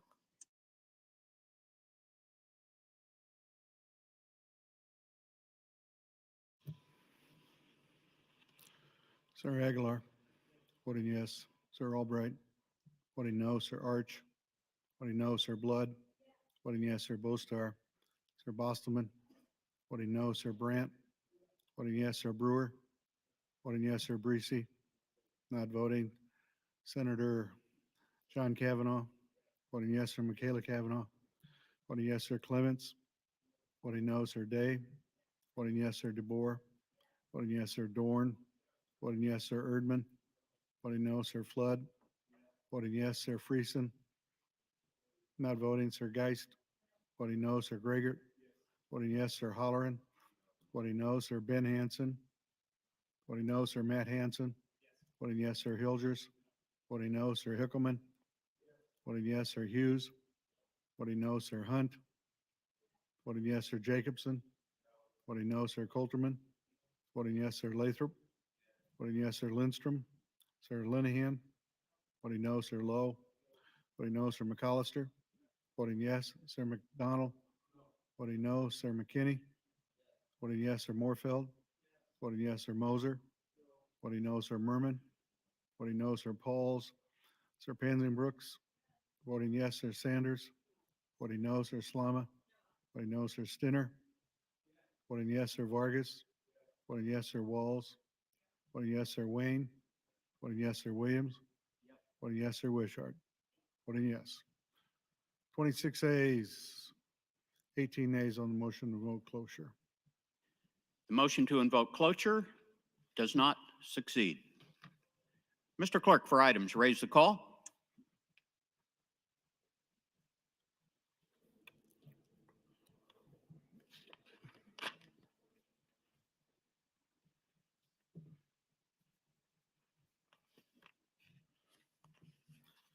You need that too, I think.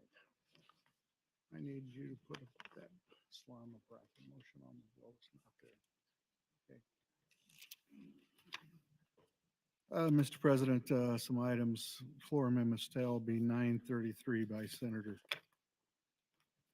Hunt.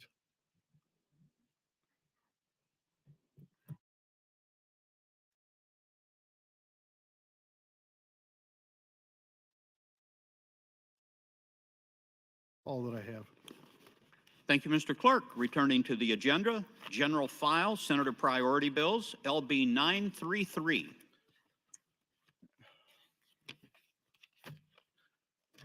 Gross Letter Bill 933 by Senator Albright. It's bill for inoculating abortion. Adopts the Nebraska Human Life Protection Act, provides a penalty, provides severability. Introduced on January 10, referred to the Judiciary Committee. Pursuant to a motion offered by Senator Albright, the bill was placed on general file on March 25. Mr. President, I do have motions to the bill. Senator Albright, you are recognized to open on LB 933.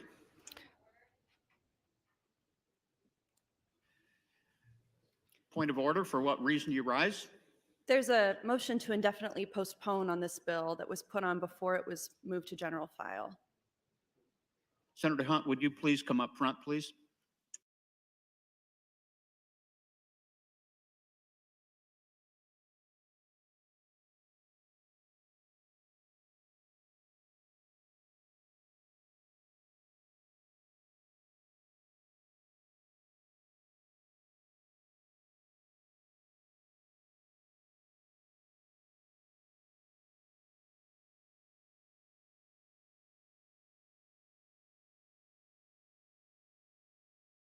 Senator Albright, you are recognized to open on LB 933. Thank you, Mr. President. Good morning, colleagues. Good morning, Nebraska. LB 933 is the Human Life Protection Act. Life is a human right. Let's empower women to protect that life. We envision a Nebraska where every life is celebrated, valued, and protected. It is often said that our greatest resource in Nebraska is our people. LB 933 is about ensuring our most precious and vulnerable people, the preborn, to protect them from the violence of abortion. Abortion was illegal in Nebraska and most other states prior to Roe versus Wade's decision in 1973, which forced legal abortion on all 50 states.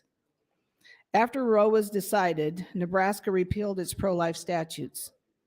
Since then, it has slowly been building protections for the unborn back into the law, little by little under the restraints imposed upon it by the United States Supreme Court. This June, the U.S. Supreme Court is expected to issue a ruling in the Dobbs versus Women's Health Organization, Dobbs versus Jackson Women's Health Organization. The state of Mississippi is challenging Roe in the Dobbs case and has asked the court to overturn Roe. If the court does overturn Roe, it would once again be up to the individual states to provide protection to unborn human persons. If Roe were overturned tomorrow, Nebraska would still allow abortions up to 20 weeks after fertilization, according to our current statutes. LB 933, the Human Life Protection Act, would make direct, intentional abortion illegal in the state of Nebraska if and when Roe versus Wade is overturned. LB 933 allows for physicians to provide medical intervention to save the life of a mother, or intervention that results in the death of an unborn child. Such medical interventions would not violate the Human Life Protection Act. The Human Life Protection Act is an opportunity for generational win, one that people will be able to look back on as a moment in history where a profound shift took place in the state of Nebraska. LB 933 is a bill that has already been made law in 13 other states. There are many other legislatures around the country considering bills just like it right now. I introduced LB 933 because life is a human right. This bill protects all human life by extending the legal protection from abortion to every person at the moment of conception, taking effect if and when Roe versus Wade is overturned. No woman upon whom an abortion is performed or attempted shall be liable for a violation of this statute. There's only one kind of person that should be concerned about LB 933. The abortionist who performs direct, intentional abortions with the intent to kill the unborn child. Such an act is deserving of the name felony and the penalties that go along with felony crimes. 12 years ago, the state of Nebraska led the country with the help of Senator Mike Flood by passing LB 1103, the Pain-Capable Unborn Child Protection Act, which banned abortion after 20 weeks gestation based on scientific evidence showing that unborn children feel pain. The pain-capable 20-week ban, like LB 933, makes an exception for procedures that are reasonably medically necessary to protect the life of the pregnant mother. I have heard a lot of talk about legitimate doctors having to worry about being prosecuted, even if they are never convicted. Those fears are unfounded. The pain-capable 20-week ban gives us a 12-year preview of what LB 933 would look like in practice. In those 12 years, despite doctors having to treat life-threatening complications in pregnant women whose babies have advanced beyond 20 weeks, not one physician has been prosecuted for the violation of a pain-capable law. However, the law has put a stop to the abortion industry killing unborn children after 20 weeks. The law works. It does its job without putting doctors in danger. LB 933 would work in the same way. Let me repeat, there is only one kind of person that should be concerned about LB 933. It's the abortionist who performs direct, intentional abortions with the intent to kill unborn children. LB 933 uses frequent and clear references to intent throughout. While doctors are required to make immediate and irreversible decisions at times, a well-meaning doctor is going to have an abundance of proof that their quick decision did not carry any intent to harm an unborn child.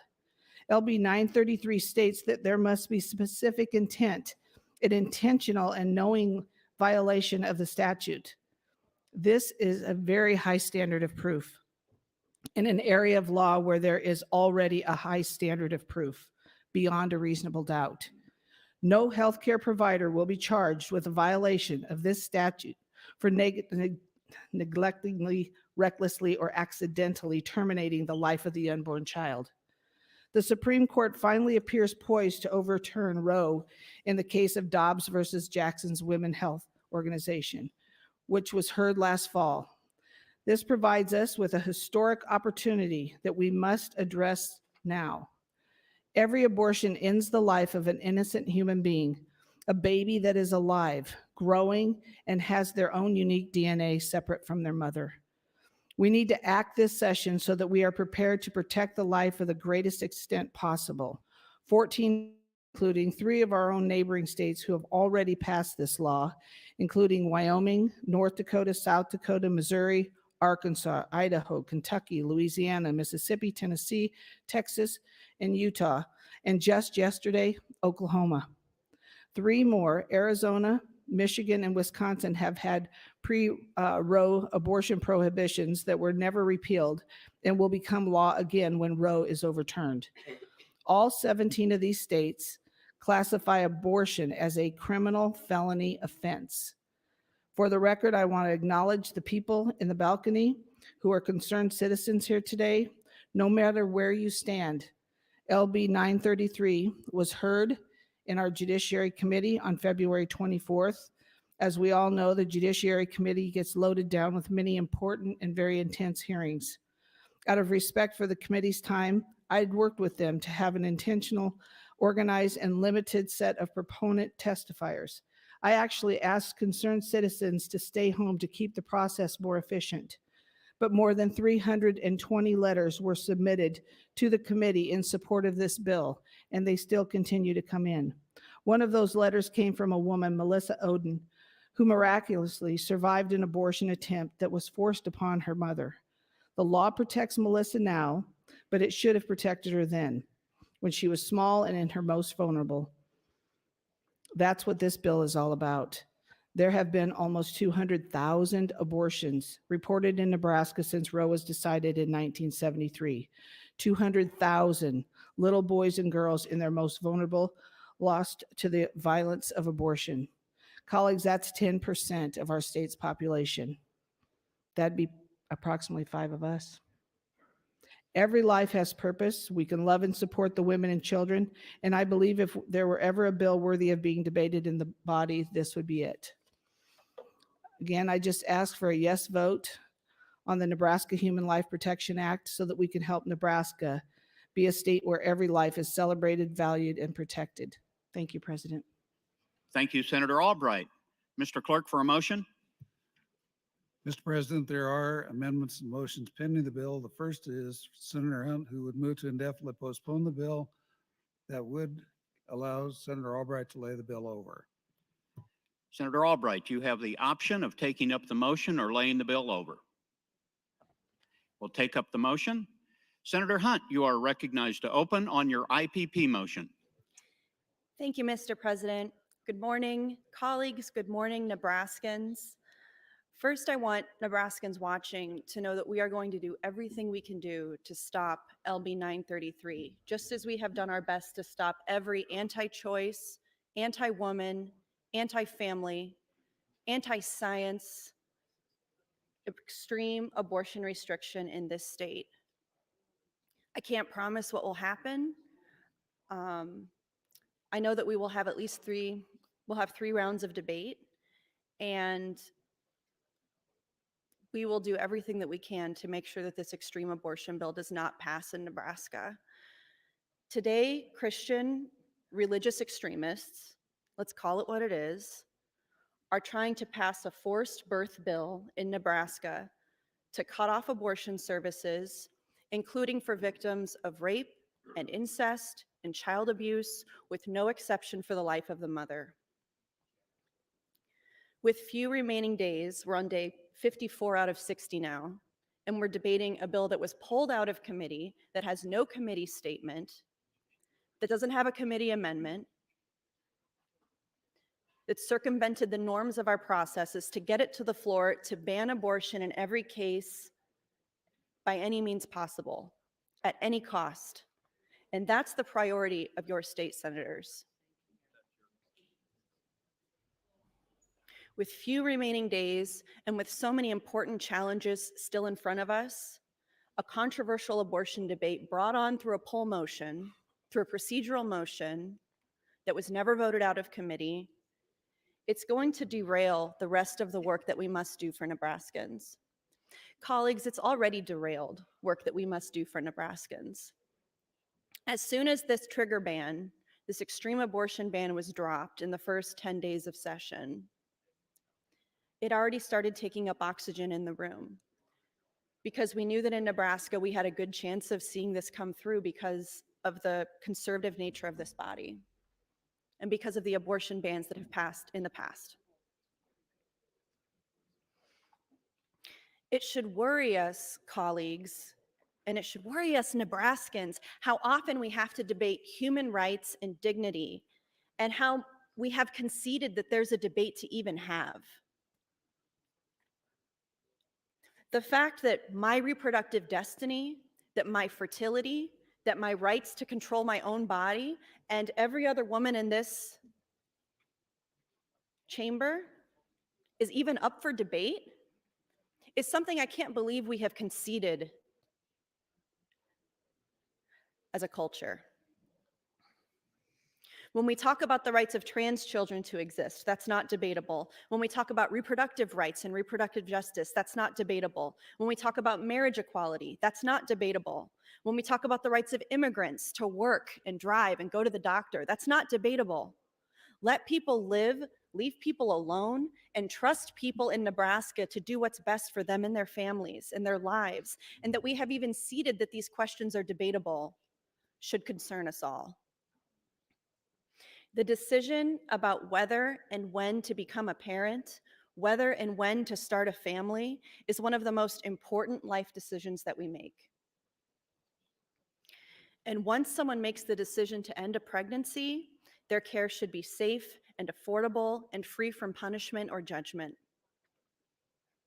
Every pregnancy is different, and that's why a one-size-fits-all law, a one-size-fits-all ban like LB 933 has no place in our health decisions.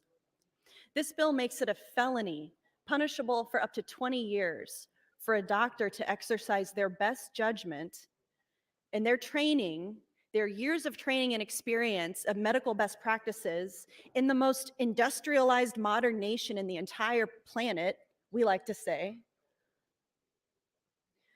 This bill would ask doctors to not use their best judgment and put their patients in danger, or else risk going to prison for up to 20 years. How can we come on the heels of that criminal justice debate, LB 920, where we enacted 0 criminal justice reforms and then move directly to a bill that criminalizes the termination of a pregnancy, basically? This is going to lead us on a slippery slope to criminalizing self-managed abortion, miscarriage. There are already many states where people have been prosecuted and even jailed for having a miscarriage. This policing of our bodies is something that we should be concerned about for the direction of our culture in this country. It's about why patients need the right to consult with their doctor and their faith and their families to make the best decisions for them. and politicians do not know any better than doctors. We don't have any obstetricians in this body. We don't have any gynecologists in this body. But we have a lot of women in this body, and we have a lot of parents in this body, and I'm one of them. And I can tell you that however we feel, living a safe and healthy life is a basic right, and this should not even be something that's up for debate. When people make decisions that are best for their lives, then they can thrive. They can contribute to our economy, which I know is like the most important thing to talk about in politics. But for me, what it's really about is the quality of life that somebody can just have. And as long as there is violence perpetrated against people in this culture, violence that is normalized by shameful bills that we pass like LB 933, by efforts of the introducer to do things like banning sex education, by efforts by people like the introducer to do things like reduce access to contraception. All of these things contribute to the shame that does lead to violence against women, that does lead to unwanted pregnancies. And if the proponents of this bill really cared about ending abortion, those would be the kinds of things that they would stand for. You could look to other countries in the world that have prioritized things like sex education, that have free health care, so that women who get pregnant, so people who get pregnant know that when they go to the doctor, they're going to be able to have a safe delivery, who have paid family leave, so that in those very important early years of an infant's life, the early days of its life, they can bond with their family and the parents don't have to immediately go back to work to keep churning out, taxpayer money to give back to the state. It's just bizarre, the priorities that we have in this body and how disconnected they are with the reality people really face. And the reality people deserve to have that they don't have, of determining their own future and how tied that is to determining their own fertility. The decision about when to become a parent has consequences for the rest of a person's life. And when that decision is taken away from them, whether by their rapist or by the government, by the state, then that person suffers. And how can we be so indifferent to the suffering of these parents, of these people who become pregnant and need a way out of it? To me, that's really part of my calling, is standing up for those people and making sure that the best life possible that they can envision for themselves is going to be something that's accessible to them. However we feel about abortion, we should agree that once a person has decided that that's the decision they're going to make, they shouldn't be denied an abortion just because they're poor or because of where they live or because of who they are, because we aren't in their shoes. And we should agree that the decision should always remain with them. No matter what happens in June with Roe versus Wade, I don't expect anything to change in terms of my access to abortion, because I will always know how to terminate a pregnancy. 1 minute. I will always know what to do, who to contact, where to go, regardless of what the law is. I will always know what needs to be done to care for myself or any person who wishes to terminate a pregnancy. And there have been networks of women sharing this information for decades, for centuries, conveyed from one generation to the next, even after Roe versus Wade was decided, in part because of continued fears that abortion access would continue to be curtailed, which it has been, which are completely founded fears, and in part because people want to have empowerment and control over their own bodies. There's a strong desire among people to maintain control over their bodies without oversight from the law. There is no law that can take away or regulate our rights to our reproductive destiny. LB 933 will not stop abortion. It will just make abortion more dangerous, and more people will die because of this procedure that is necessary and is health care. Thank you, Mr. President. Thank you, Senator Hunt. Senator Albright, you have the opportunity to respond to the IPP motion. Thank you. I do appreciate the views of both sides. That's why we're here to debate it today. And I thank Senator Hunt. I'm sure we'll have many others. We've got 31 or more people in the queue already. It'll be a very spirited debate, but one that I think when everything gets said, people will have to decide what's best for the state of Nebraska. Again, we had that right in 1972 and before to not allow the abortions in Nebraska, but today we do. And to lose 200,000 babies, if you can truly wrap your head around generations of families that have had loss that could be here with us today, I think it's truly something that you have to take a step back and think about that. And I know there's arguments that have been out on social media about the fact of incest, rape. People are addressing that today. We have statistics from the Vital Statistics Department here at the state of Nebraska, our Office of Vital Records. This is the most current that I have. In 2020, people talk about incest. There was one reported case, and that's really sad that we even had one. There could have been several more not reported, right? But the one that was reported, one violent act does not constitute another. That woman, that child has been through so much already. We'll be talking about that. When it comes to sexual assaults, in the year of 2020, there were 14 that were reported, percentage 0.06. But those that do report it and go to the hospital, there's actions already been taken by the doctors, and they would not be harmed under this Nebraska Human Life Protection Act. So we have a lot to think about and a lot to talk about in these first 8 hours. And Senator McAllister had said the governor has a legacy to leave behind. So do all of us. What's yours going to be? Is it to stand for life? To stand for the life of the unborn that has no voice, didn't have a decision? We have a lot of work to do. Even when this passes, we're going to have a lot more work to do. But we already have many, many people reaching out, reaching in their pockets to support these women who have these difficult decisions to make. I really believe that Nebraska truly is a pro-life state. We care about the unborn, and you can say because we are Christ-centered, that's okay. I think the majority of Nebraska is Christ-centered. And these are his children. These are ours to protect. I yield my time back to the chair.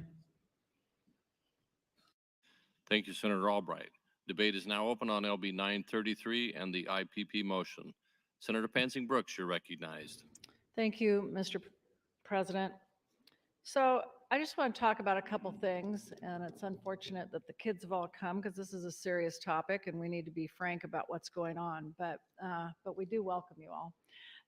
This whole session has been about how you feel and how you can help wealthy people. That's what this has been about. We need to just have a title for the session, How to Help the Wealthy, because this bill is going to do nothing to wealthy people. People who have money and means will do whatever they want at whatever time they need to get an abortion. And, you know, the rest of this session has been denying rental subsidies to low-income, especially rural Nebraskans. It's been about overriding money for providers who take care of our most vulnerable in our state. And it's been about leaving the low and middle classes out of the income tax cuts.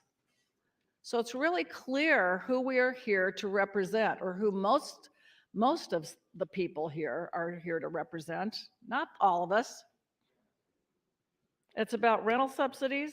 It's about making sure that low-income people cannot get the health care access they need and want. It's about money for providers, taking care of our least fortunate. And it's about making sure that the low and middle income classes don't get the same breaks that the wealthy do on income taxes. Really, what a legacy we are leaving in this last year that I'm in the legislature. It's really sad, in my opinion. Senator Albright talked about the only person concerned about this is the doctor. That again, there is a lack of understanding about what is happening. And we heard last time about the fact that people were using abortion as birth control. That is just fallacious. It is wrong. It makes no sense.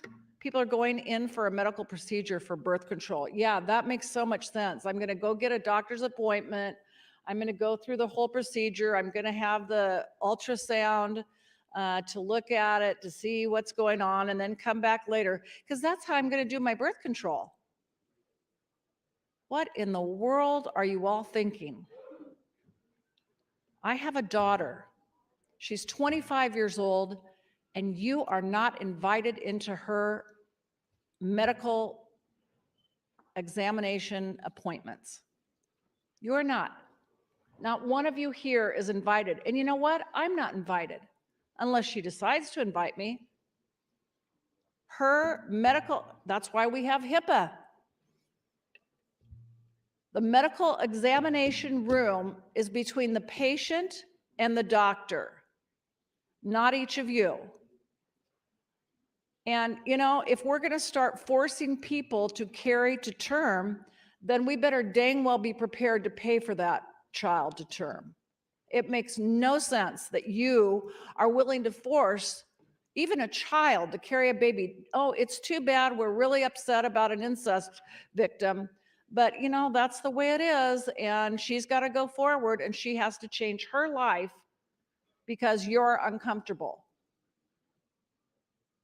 The law states that she and her family can decide what to do. It is not our business. Incest. Do you know how many rapes are reported or underreported by people who are adults? Do you think that there's going to be reporting of incest? Who's going to do that? The child? Do you really think the child's going to call up the police and the county attorney and say, well, my uncle raped me? So no wonder you can only find one reporting of incest. No wonder. These are people who need to have their own bodily autonomy. You know, to take it to the extreme, we're getting to the point in science where skin cells can be taken and cloned. So is it going to become a felony soon to scratch someone? That's the extent of your logical argument Senator. with doctors. Thank you, Mr. President. Thank you, Senator Pansing Brooks. Senator Michaela Cavanaugh would like to announce the following guests visiting the legislature. We have 62 fifth and sixth graders and 9 sponsors from Christ the King Catholic School in Omaha. They are seated in the south balcony. If they would please rise to be welcomed by your Nebraska legislature.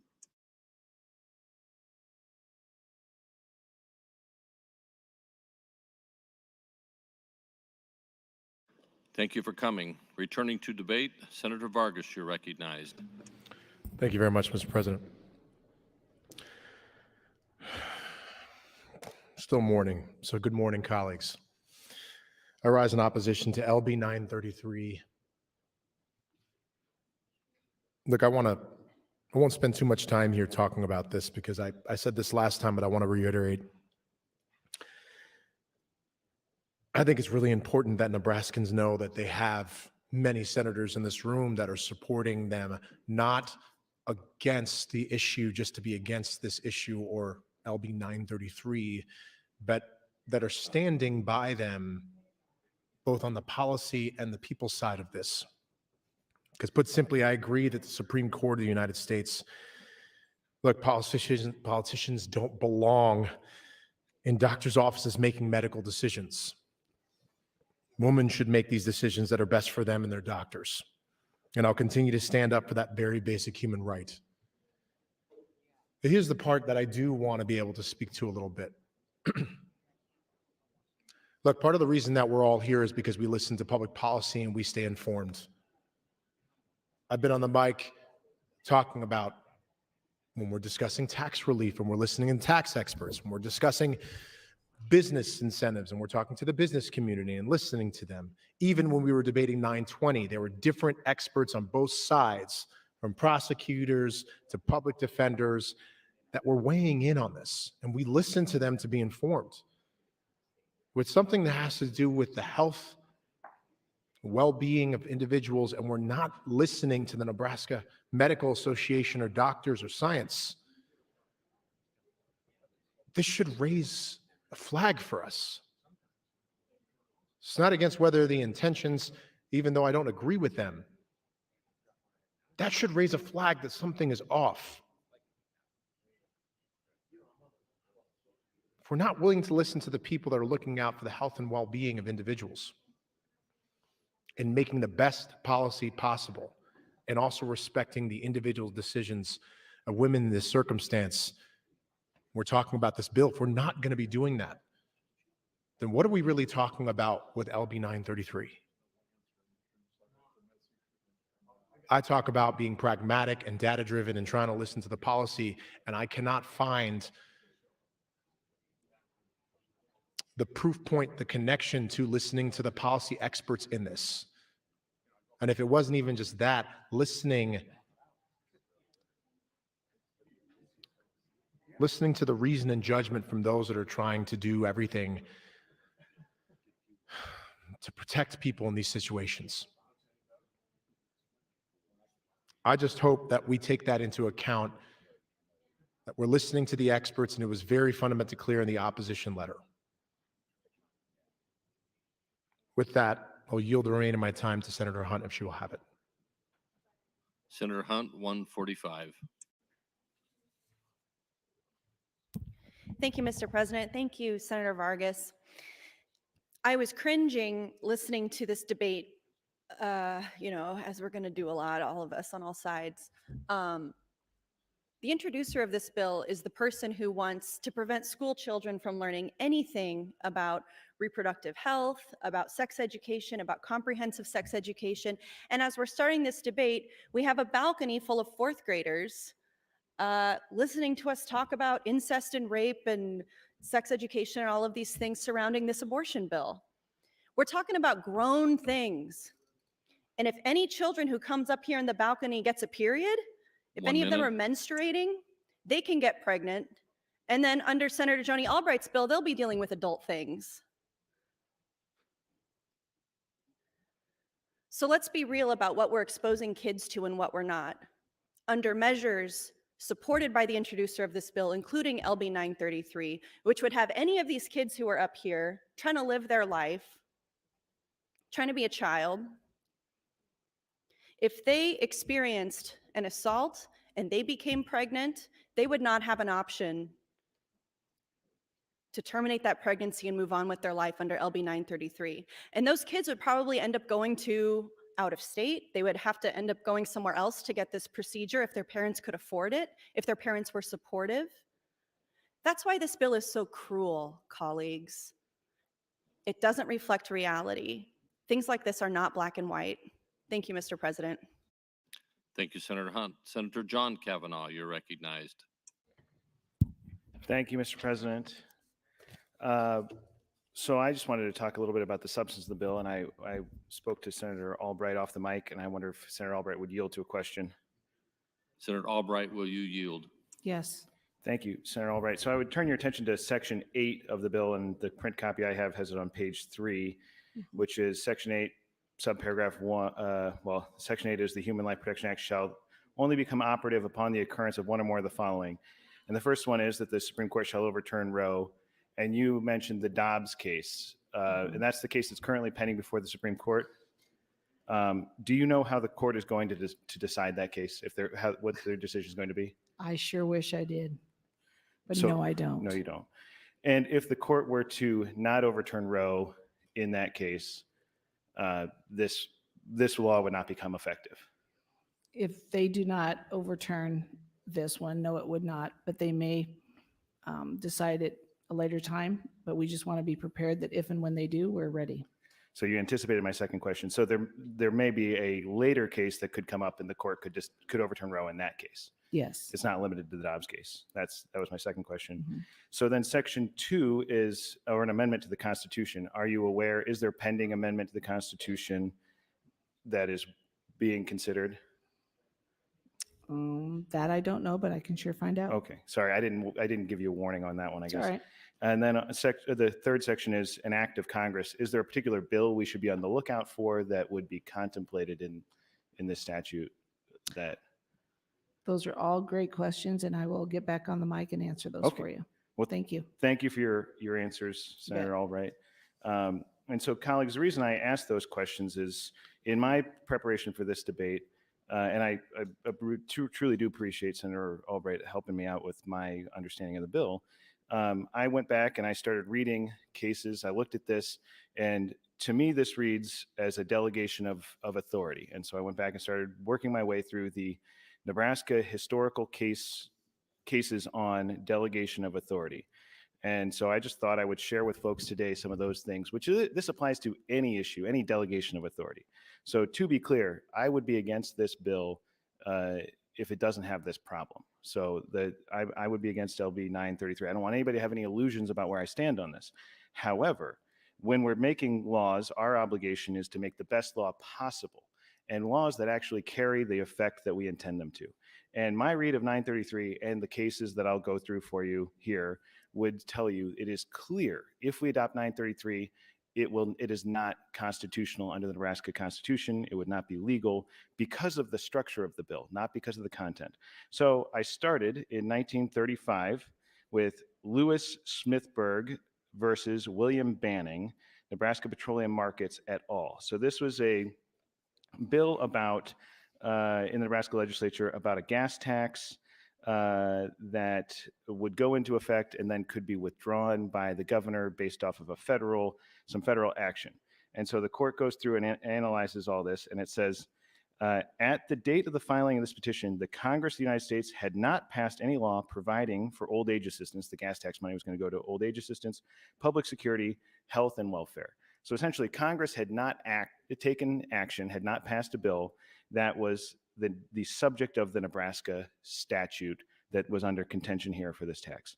And so then the court went on to say, the plaintiff contends that the law in questions are unconstitutional for the following reasons: that the acts delegate legislative power to Congress of the United States and to the executive branch of the state government, and therefore violate Section 1, Article 2, and 1 minute. Section 1, Article 3 of the Constitution.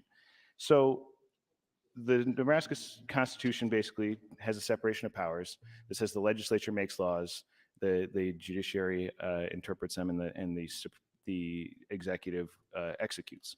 And what this bill and what a delegation of powers does would be where the legislature delegates, gives away its authority to make law. And that's exactly what's happening in 933. So I'll spend some more time. I'll push my mic. I'll get back on. I'm sure everybody has their things they want to talk about on this.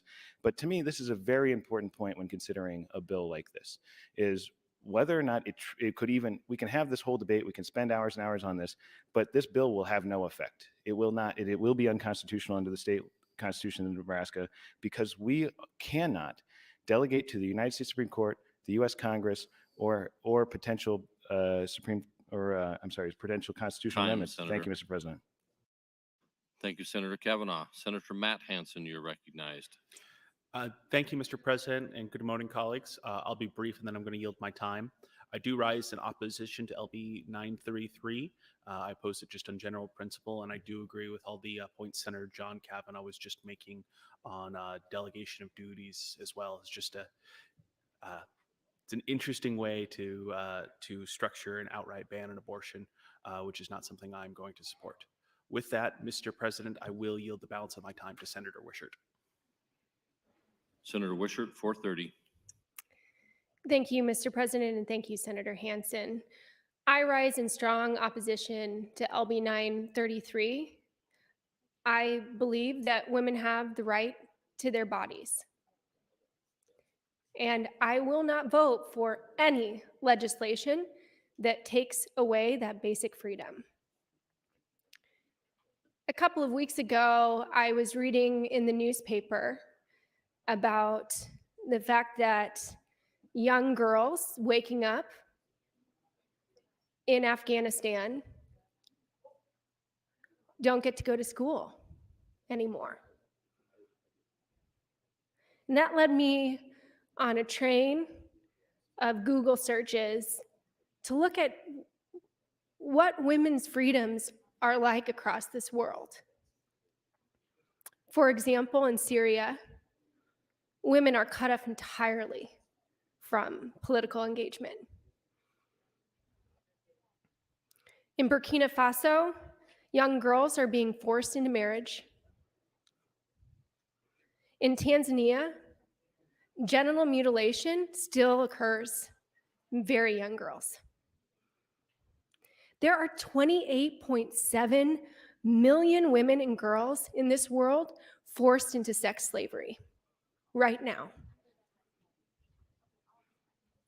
Globally, nearly 1 in 3 women in their lifetime will experience physical and sexual violence. And then we look at this country, and state by state, legislatures are taking a sledgehammer to women's freedoms in bills that look just like this. You know, I was thinking about the concept of what it means to be pro-life. I am pro-life. I'm pro the baby's life, and I'm pro that Afghan girl's life. I'm pro that Syrian woman's life. I'm pro the pregnant woman's life. I'm pro the rape victim's life. I'm pro the trafficked girl's life.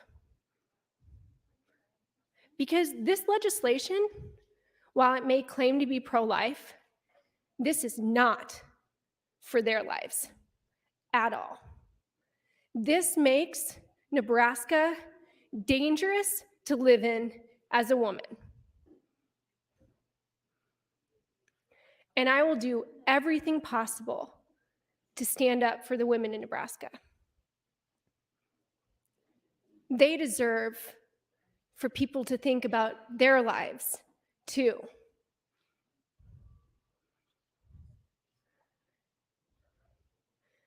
This legislation makes it dangerous to be a pregnant woman in our state.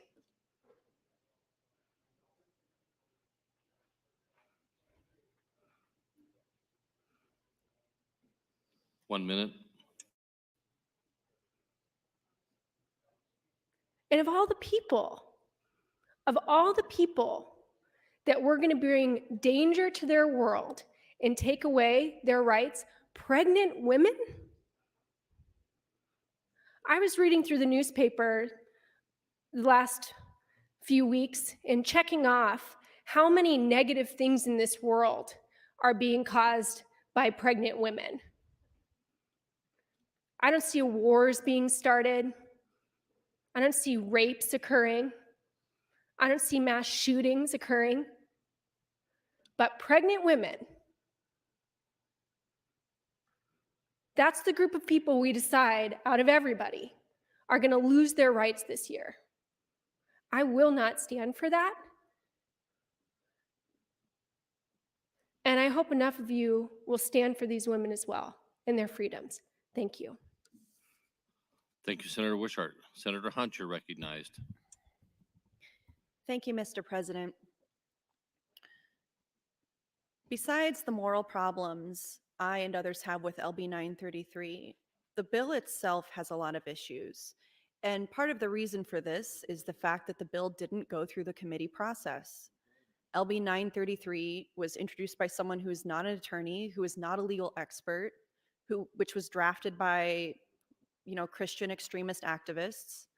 And it didn't have the chance to go through the committee process of a committee that's staffed with experienced attorneys who can look at the language and say, whether they support the concept or not, they can say, in order for this bill to achieve what you want it to achieve, we've got to tweak some things, we've got to change some things, we have to make sure that it's consistent with these other parts of law. This bill never went through that process, colleagues. When Senator Albright filed the poll motion on LB 933, she said, I don't even want to go through that process. I don't want the bill to go to the committee process. I don't want there to be a committee amendment. I don't want to improve the bill. I want to force it through just as it is. And because this law is vaguely worded, it leaves providers at great risk. We are going to see the field of obstetrics completely vanish in Nebraska. OBGYNs are just going to be GYNs because there's just too much liability. There's too much risk to them. If they have somebody, if they have a patient that they're caring for, that they're performing surgery on, that they're doing any kind of procedure on, who is pregnant, and they have to make a snap decision, those providers don't want to put themselves at risk of possibly facing 20 years in prison, colleagues. And you say that's not going to happen, that there's all these ways to win the lawsuit, that there's all these protections for the doctor. Doctors don't want to win the lawsuit. They don't want to get sued. These doctors who are using their training and their best medical judgment to provide the best care they can for their patients, which Nebraska doctors do every day. They did it through the last 2.5 years of this pandemic with very little support from our communities. They're looking for different jobs in other states where they can make more money, where they have more protections, where their legislatures respect science and reason in the field of medicine. And they're not going to introduce things like LB 933 that ties their hands and possibly gives them the threat of going to prison for 20 years for doing their jobs. This is exactly what's happening in Texas right now. What happened in Texas with SB 8, which is not the same as LB 933, but is similar in that it completely bans abortion, and then it has this kind of other strange feature of basically putting a bounty on information about anybody getting an abortion or helping someone get an abortion or anything like that of $10,000. So that means that even somebody in Nebraska or Illinois or Mississippi or anybody anywhere can file a $10,000 lawsuit against a person who they think has aided or abetted or caused or had an abortion in Texas.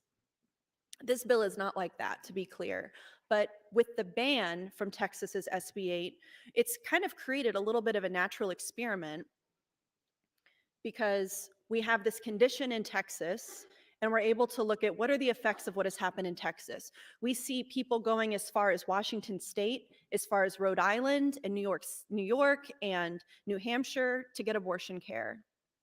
And these, of course, are the people who have the means to travel, who have the resources to find people to help them fund these things, whether that's through local abortion funds or, networks of community providers who have been focused for years on expanding the network of abortion providers, knowing that laws like LB 933 and Texas's SB 8 are coming down to curtail their freedoms more than ever. We have been expanding these networks to reach these people who are vulnerable in Texas, who need abortion care and are going to have to go somewhere like Washington State or Colorado, or to any of the states where abortion is still legal to get the care that they need. And what we're seeing as an effect is that these other clinics have longer wait times. People are remaining pregnant for longer, and so their procedures are more dangerous, more expensive, more, they have to take more time off. Because there's always risk with any medical procedure. And as soon as a person makes the decision to terminate a pregnancy. Senator. Thank you, Mr. President. Thank you, Senator Hunt. Senator Arch, you're recognized. Thank you, Mr. President.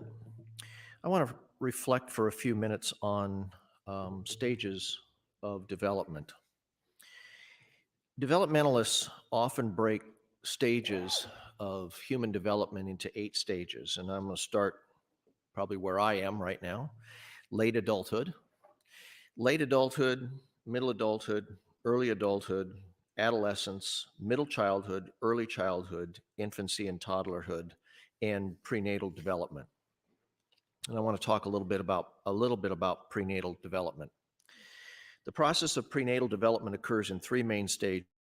2 weeks after conception are known as the germinal stage. The 3rd through the 8th week is known as the embryonic period. The time from the 9th week until birth is known as the fetal period. In the germinal stage begins at conception when the sperm and egg cell unite in one of the 2 fallopian tubes. Fertilized egg is called a zygote. Just a few hours after conception, the single-celled zygote begins making a journey down the fallopian tubes to the uterus. Cell division begins approximately 24 to 36 hours after conception. Through the process of mitosis, the zygote first divides into 2 cells, then into 4, 8, 16, and so on. Once the 8-cell point has been reached, the cells begin to differentiate, take on certain characteristics that will determine the type of cells they will eventually become. Cell division continues at a rapid rate. During the approximately week-long journey from the fallopian tube to the uterus wall, the cells develop into what is known as a blastocyst. And finally, the blastocyst arrives at the uterus, attaches to the uterine wall, a process known as implantation. When implantation is successful, hormonal changes halt the normal menstrual cycle and cause a whole host of physical changes. At this point, the mass of cells is now known as an embryo. The beginning of the 3rd week after conception marks the start of the embryonic period, a time when the mass of cells become distinct as a human. Approximately 4 weeks after conception, the neural tube forms. This tube will later develop into the central nervous system, including the spinal cord and brain. Over the next few days, more ridges form and fold inward until a hollow tube is formed. Once this tube is fully formed, near the center. Around the 4th week, the head begins to form, quickly followed by the eyes, nose, ears, and mouth. By the 8th week of development, the embryo has all the basic organs and parts except those of the sex organs. Once cell differentiation is mostly complete, the embryo enters the next stage and becomes known as a fetus. Between the 9th and 12th week of gestation, at the earliest, reflexes begin to emerge. The fetus begins to make reflexive motions within its arms and legs. During the 3rd month of gestation, the sex organs begin to differentiate. By the end of the month, all parts of the body will be formed. At this point, the fetus weighs around 3 ounces. The fetus continues to grow in both weight and length, although the majority of the physical growth occurs in the later stages of pregnancy.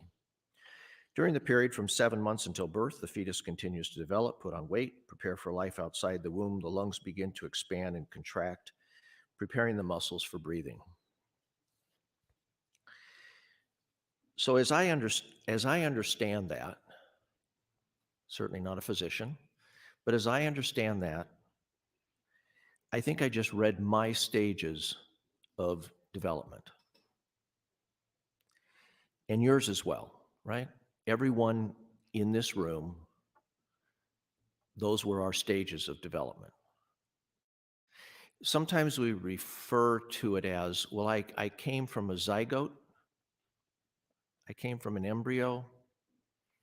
I think it's more appropriate to say I was a toddler. I was a newborn. I was an adolescent, hard to believe. I was a zygote. I was an embryo. 1 minute. I was a fetus. And that's where our conflict rests on this issue. Because is this a human being in a distinct stage of development, or does it become a human being at some other point? And I think that conflict is the conflict that we live with right now on this issue. It's difficult because there's a lot of opinions on that. But as I read the stages of development, I think it's pretty hard to ignore that a zygote is the first stage of human development and it proceeds from there. We recognize the other stages outside of the womb. We need to recognize these stages inside the womb and protect this human being. Thank you, Mr. President. Thank you, Senator Arch. Senator Michaela Cavanaugh, you're recognized. Thank you, Mr. President, colleagues.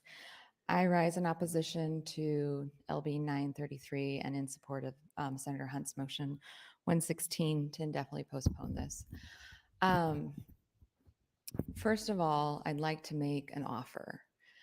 How about we just move it to after 3 months and then you get 80% of what you want?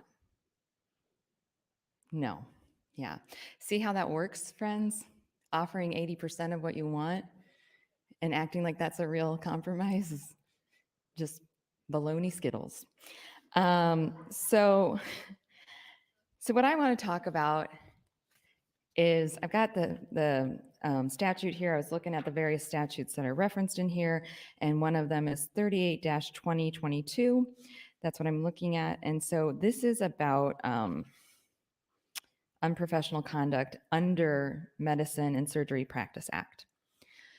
So the reason I bring this up is that in addition to creating a felony for medical providers, this bill also is changing the scope of practice for medical providers, and it is completely skirting our process for that.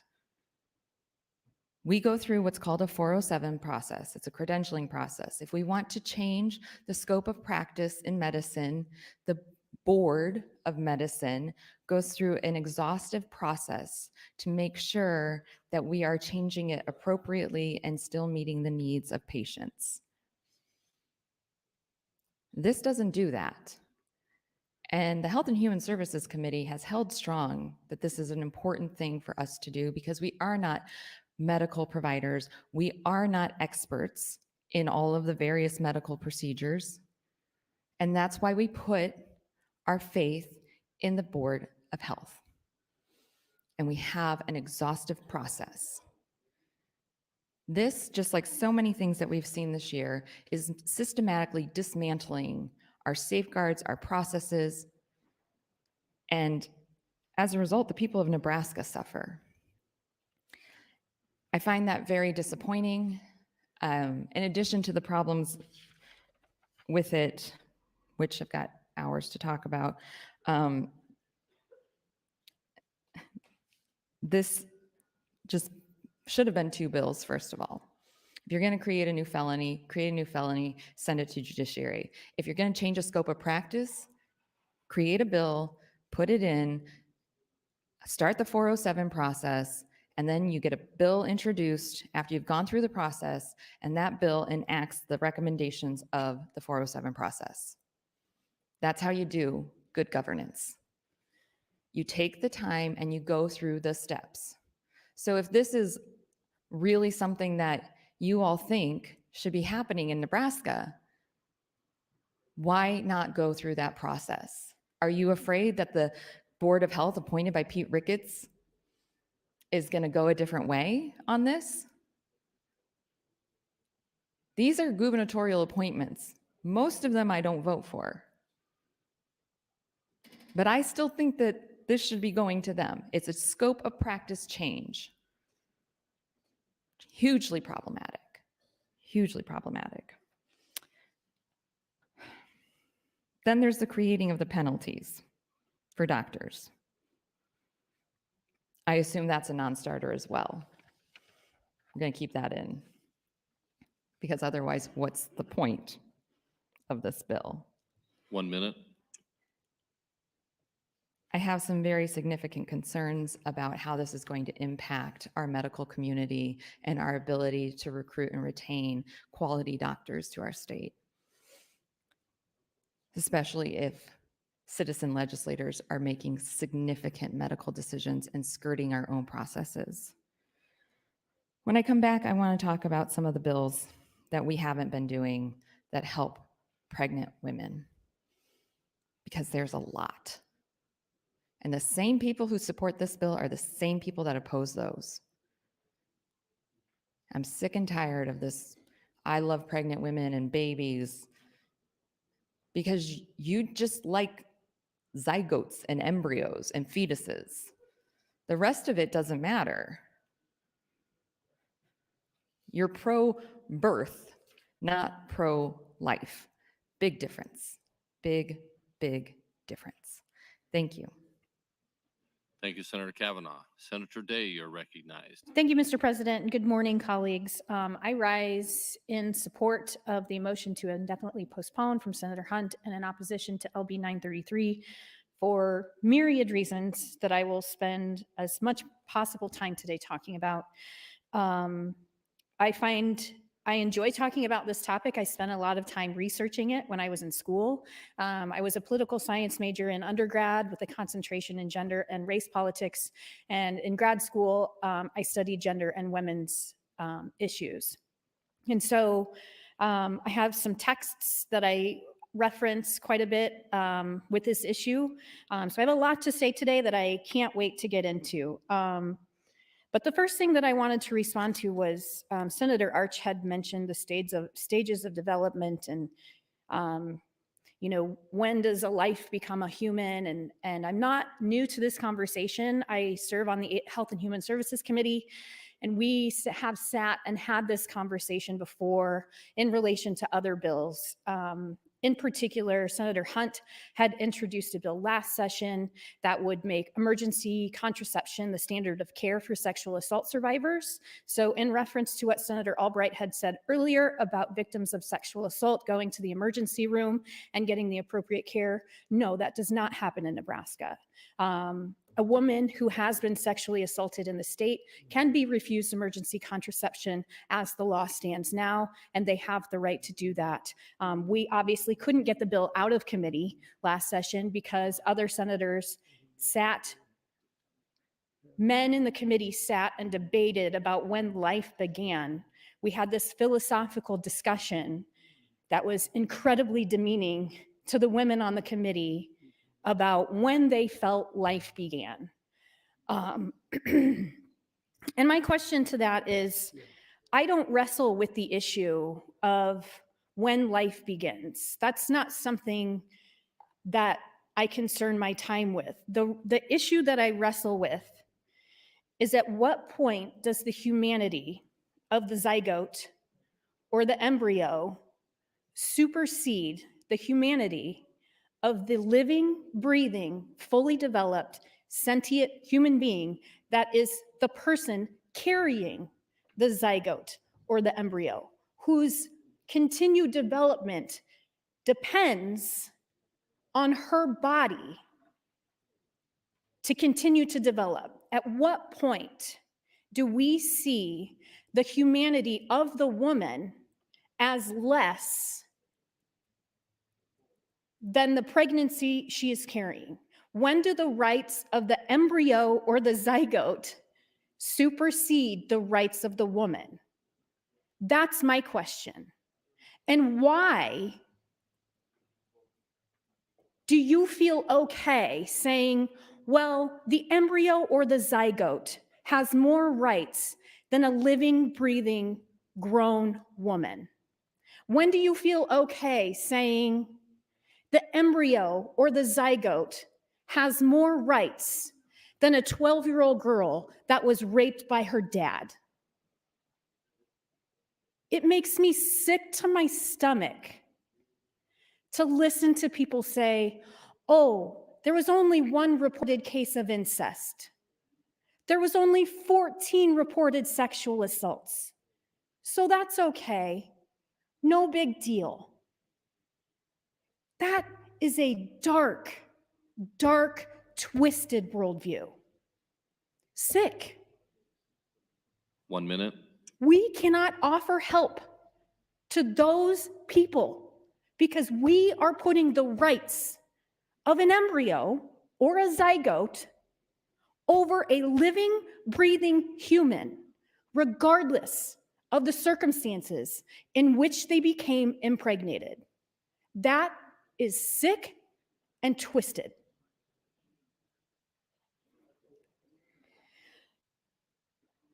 I also wanted to talk a little bit about this bill from a medical perspective. Senator Albright had said only one kind of person should be worried about LB 933, and that's what she calls an abortionist, what the rest of us call doctors.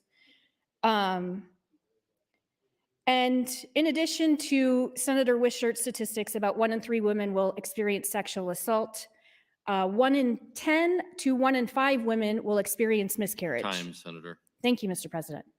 Thank you, Senator Day. Senator McKinney, you're recognized. Thank you, Mr. President. I rise in opposition to LB 933 in support of the motion by Senator Hunt. And I just had 2 things. One, I don't understand how individuals say we're pro-life, but we still have the death penalty on the books. Makes no sense to me. And I also think it's extremely disrespectful for a man to get up in front of a room full of women and mothers and tell them how prenatal development works. And with that, I yield the rest of my time to Senator Hunt. Senator Hunt, 420.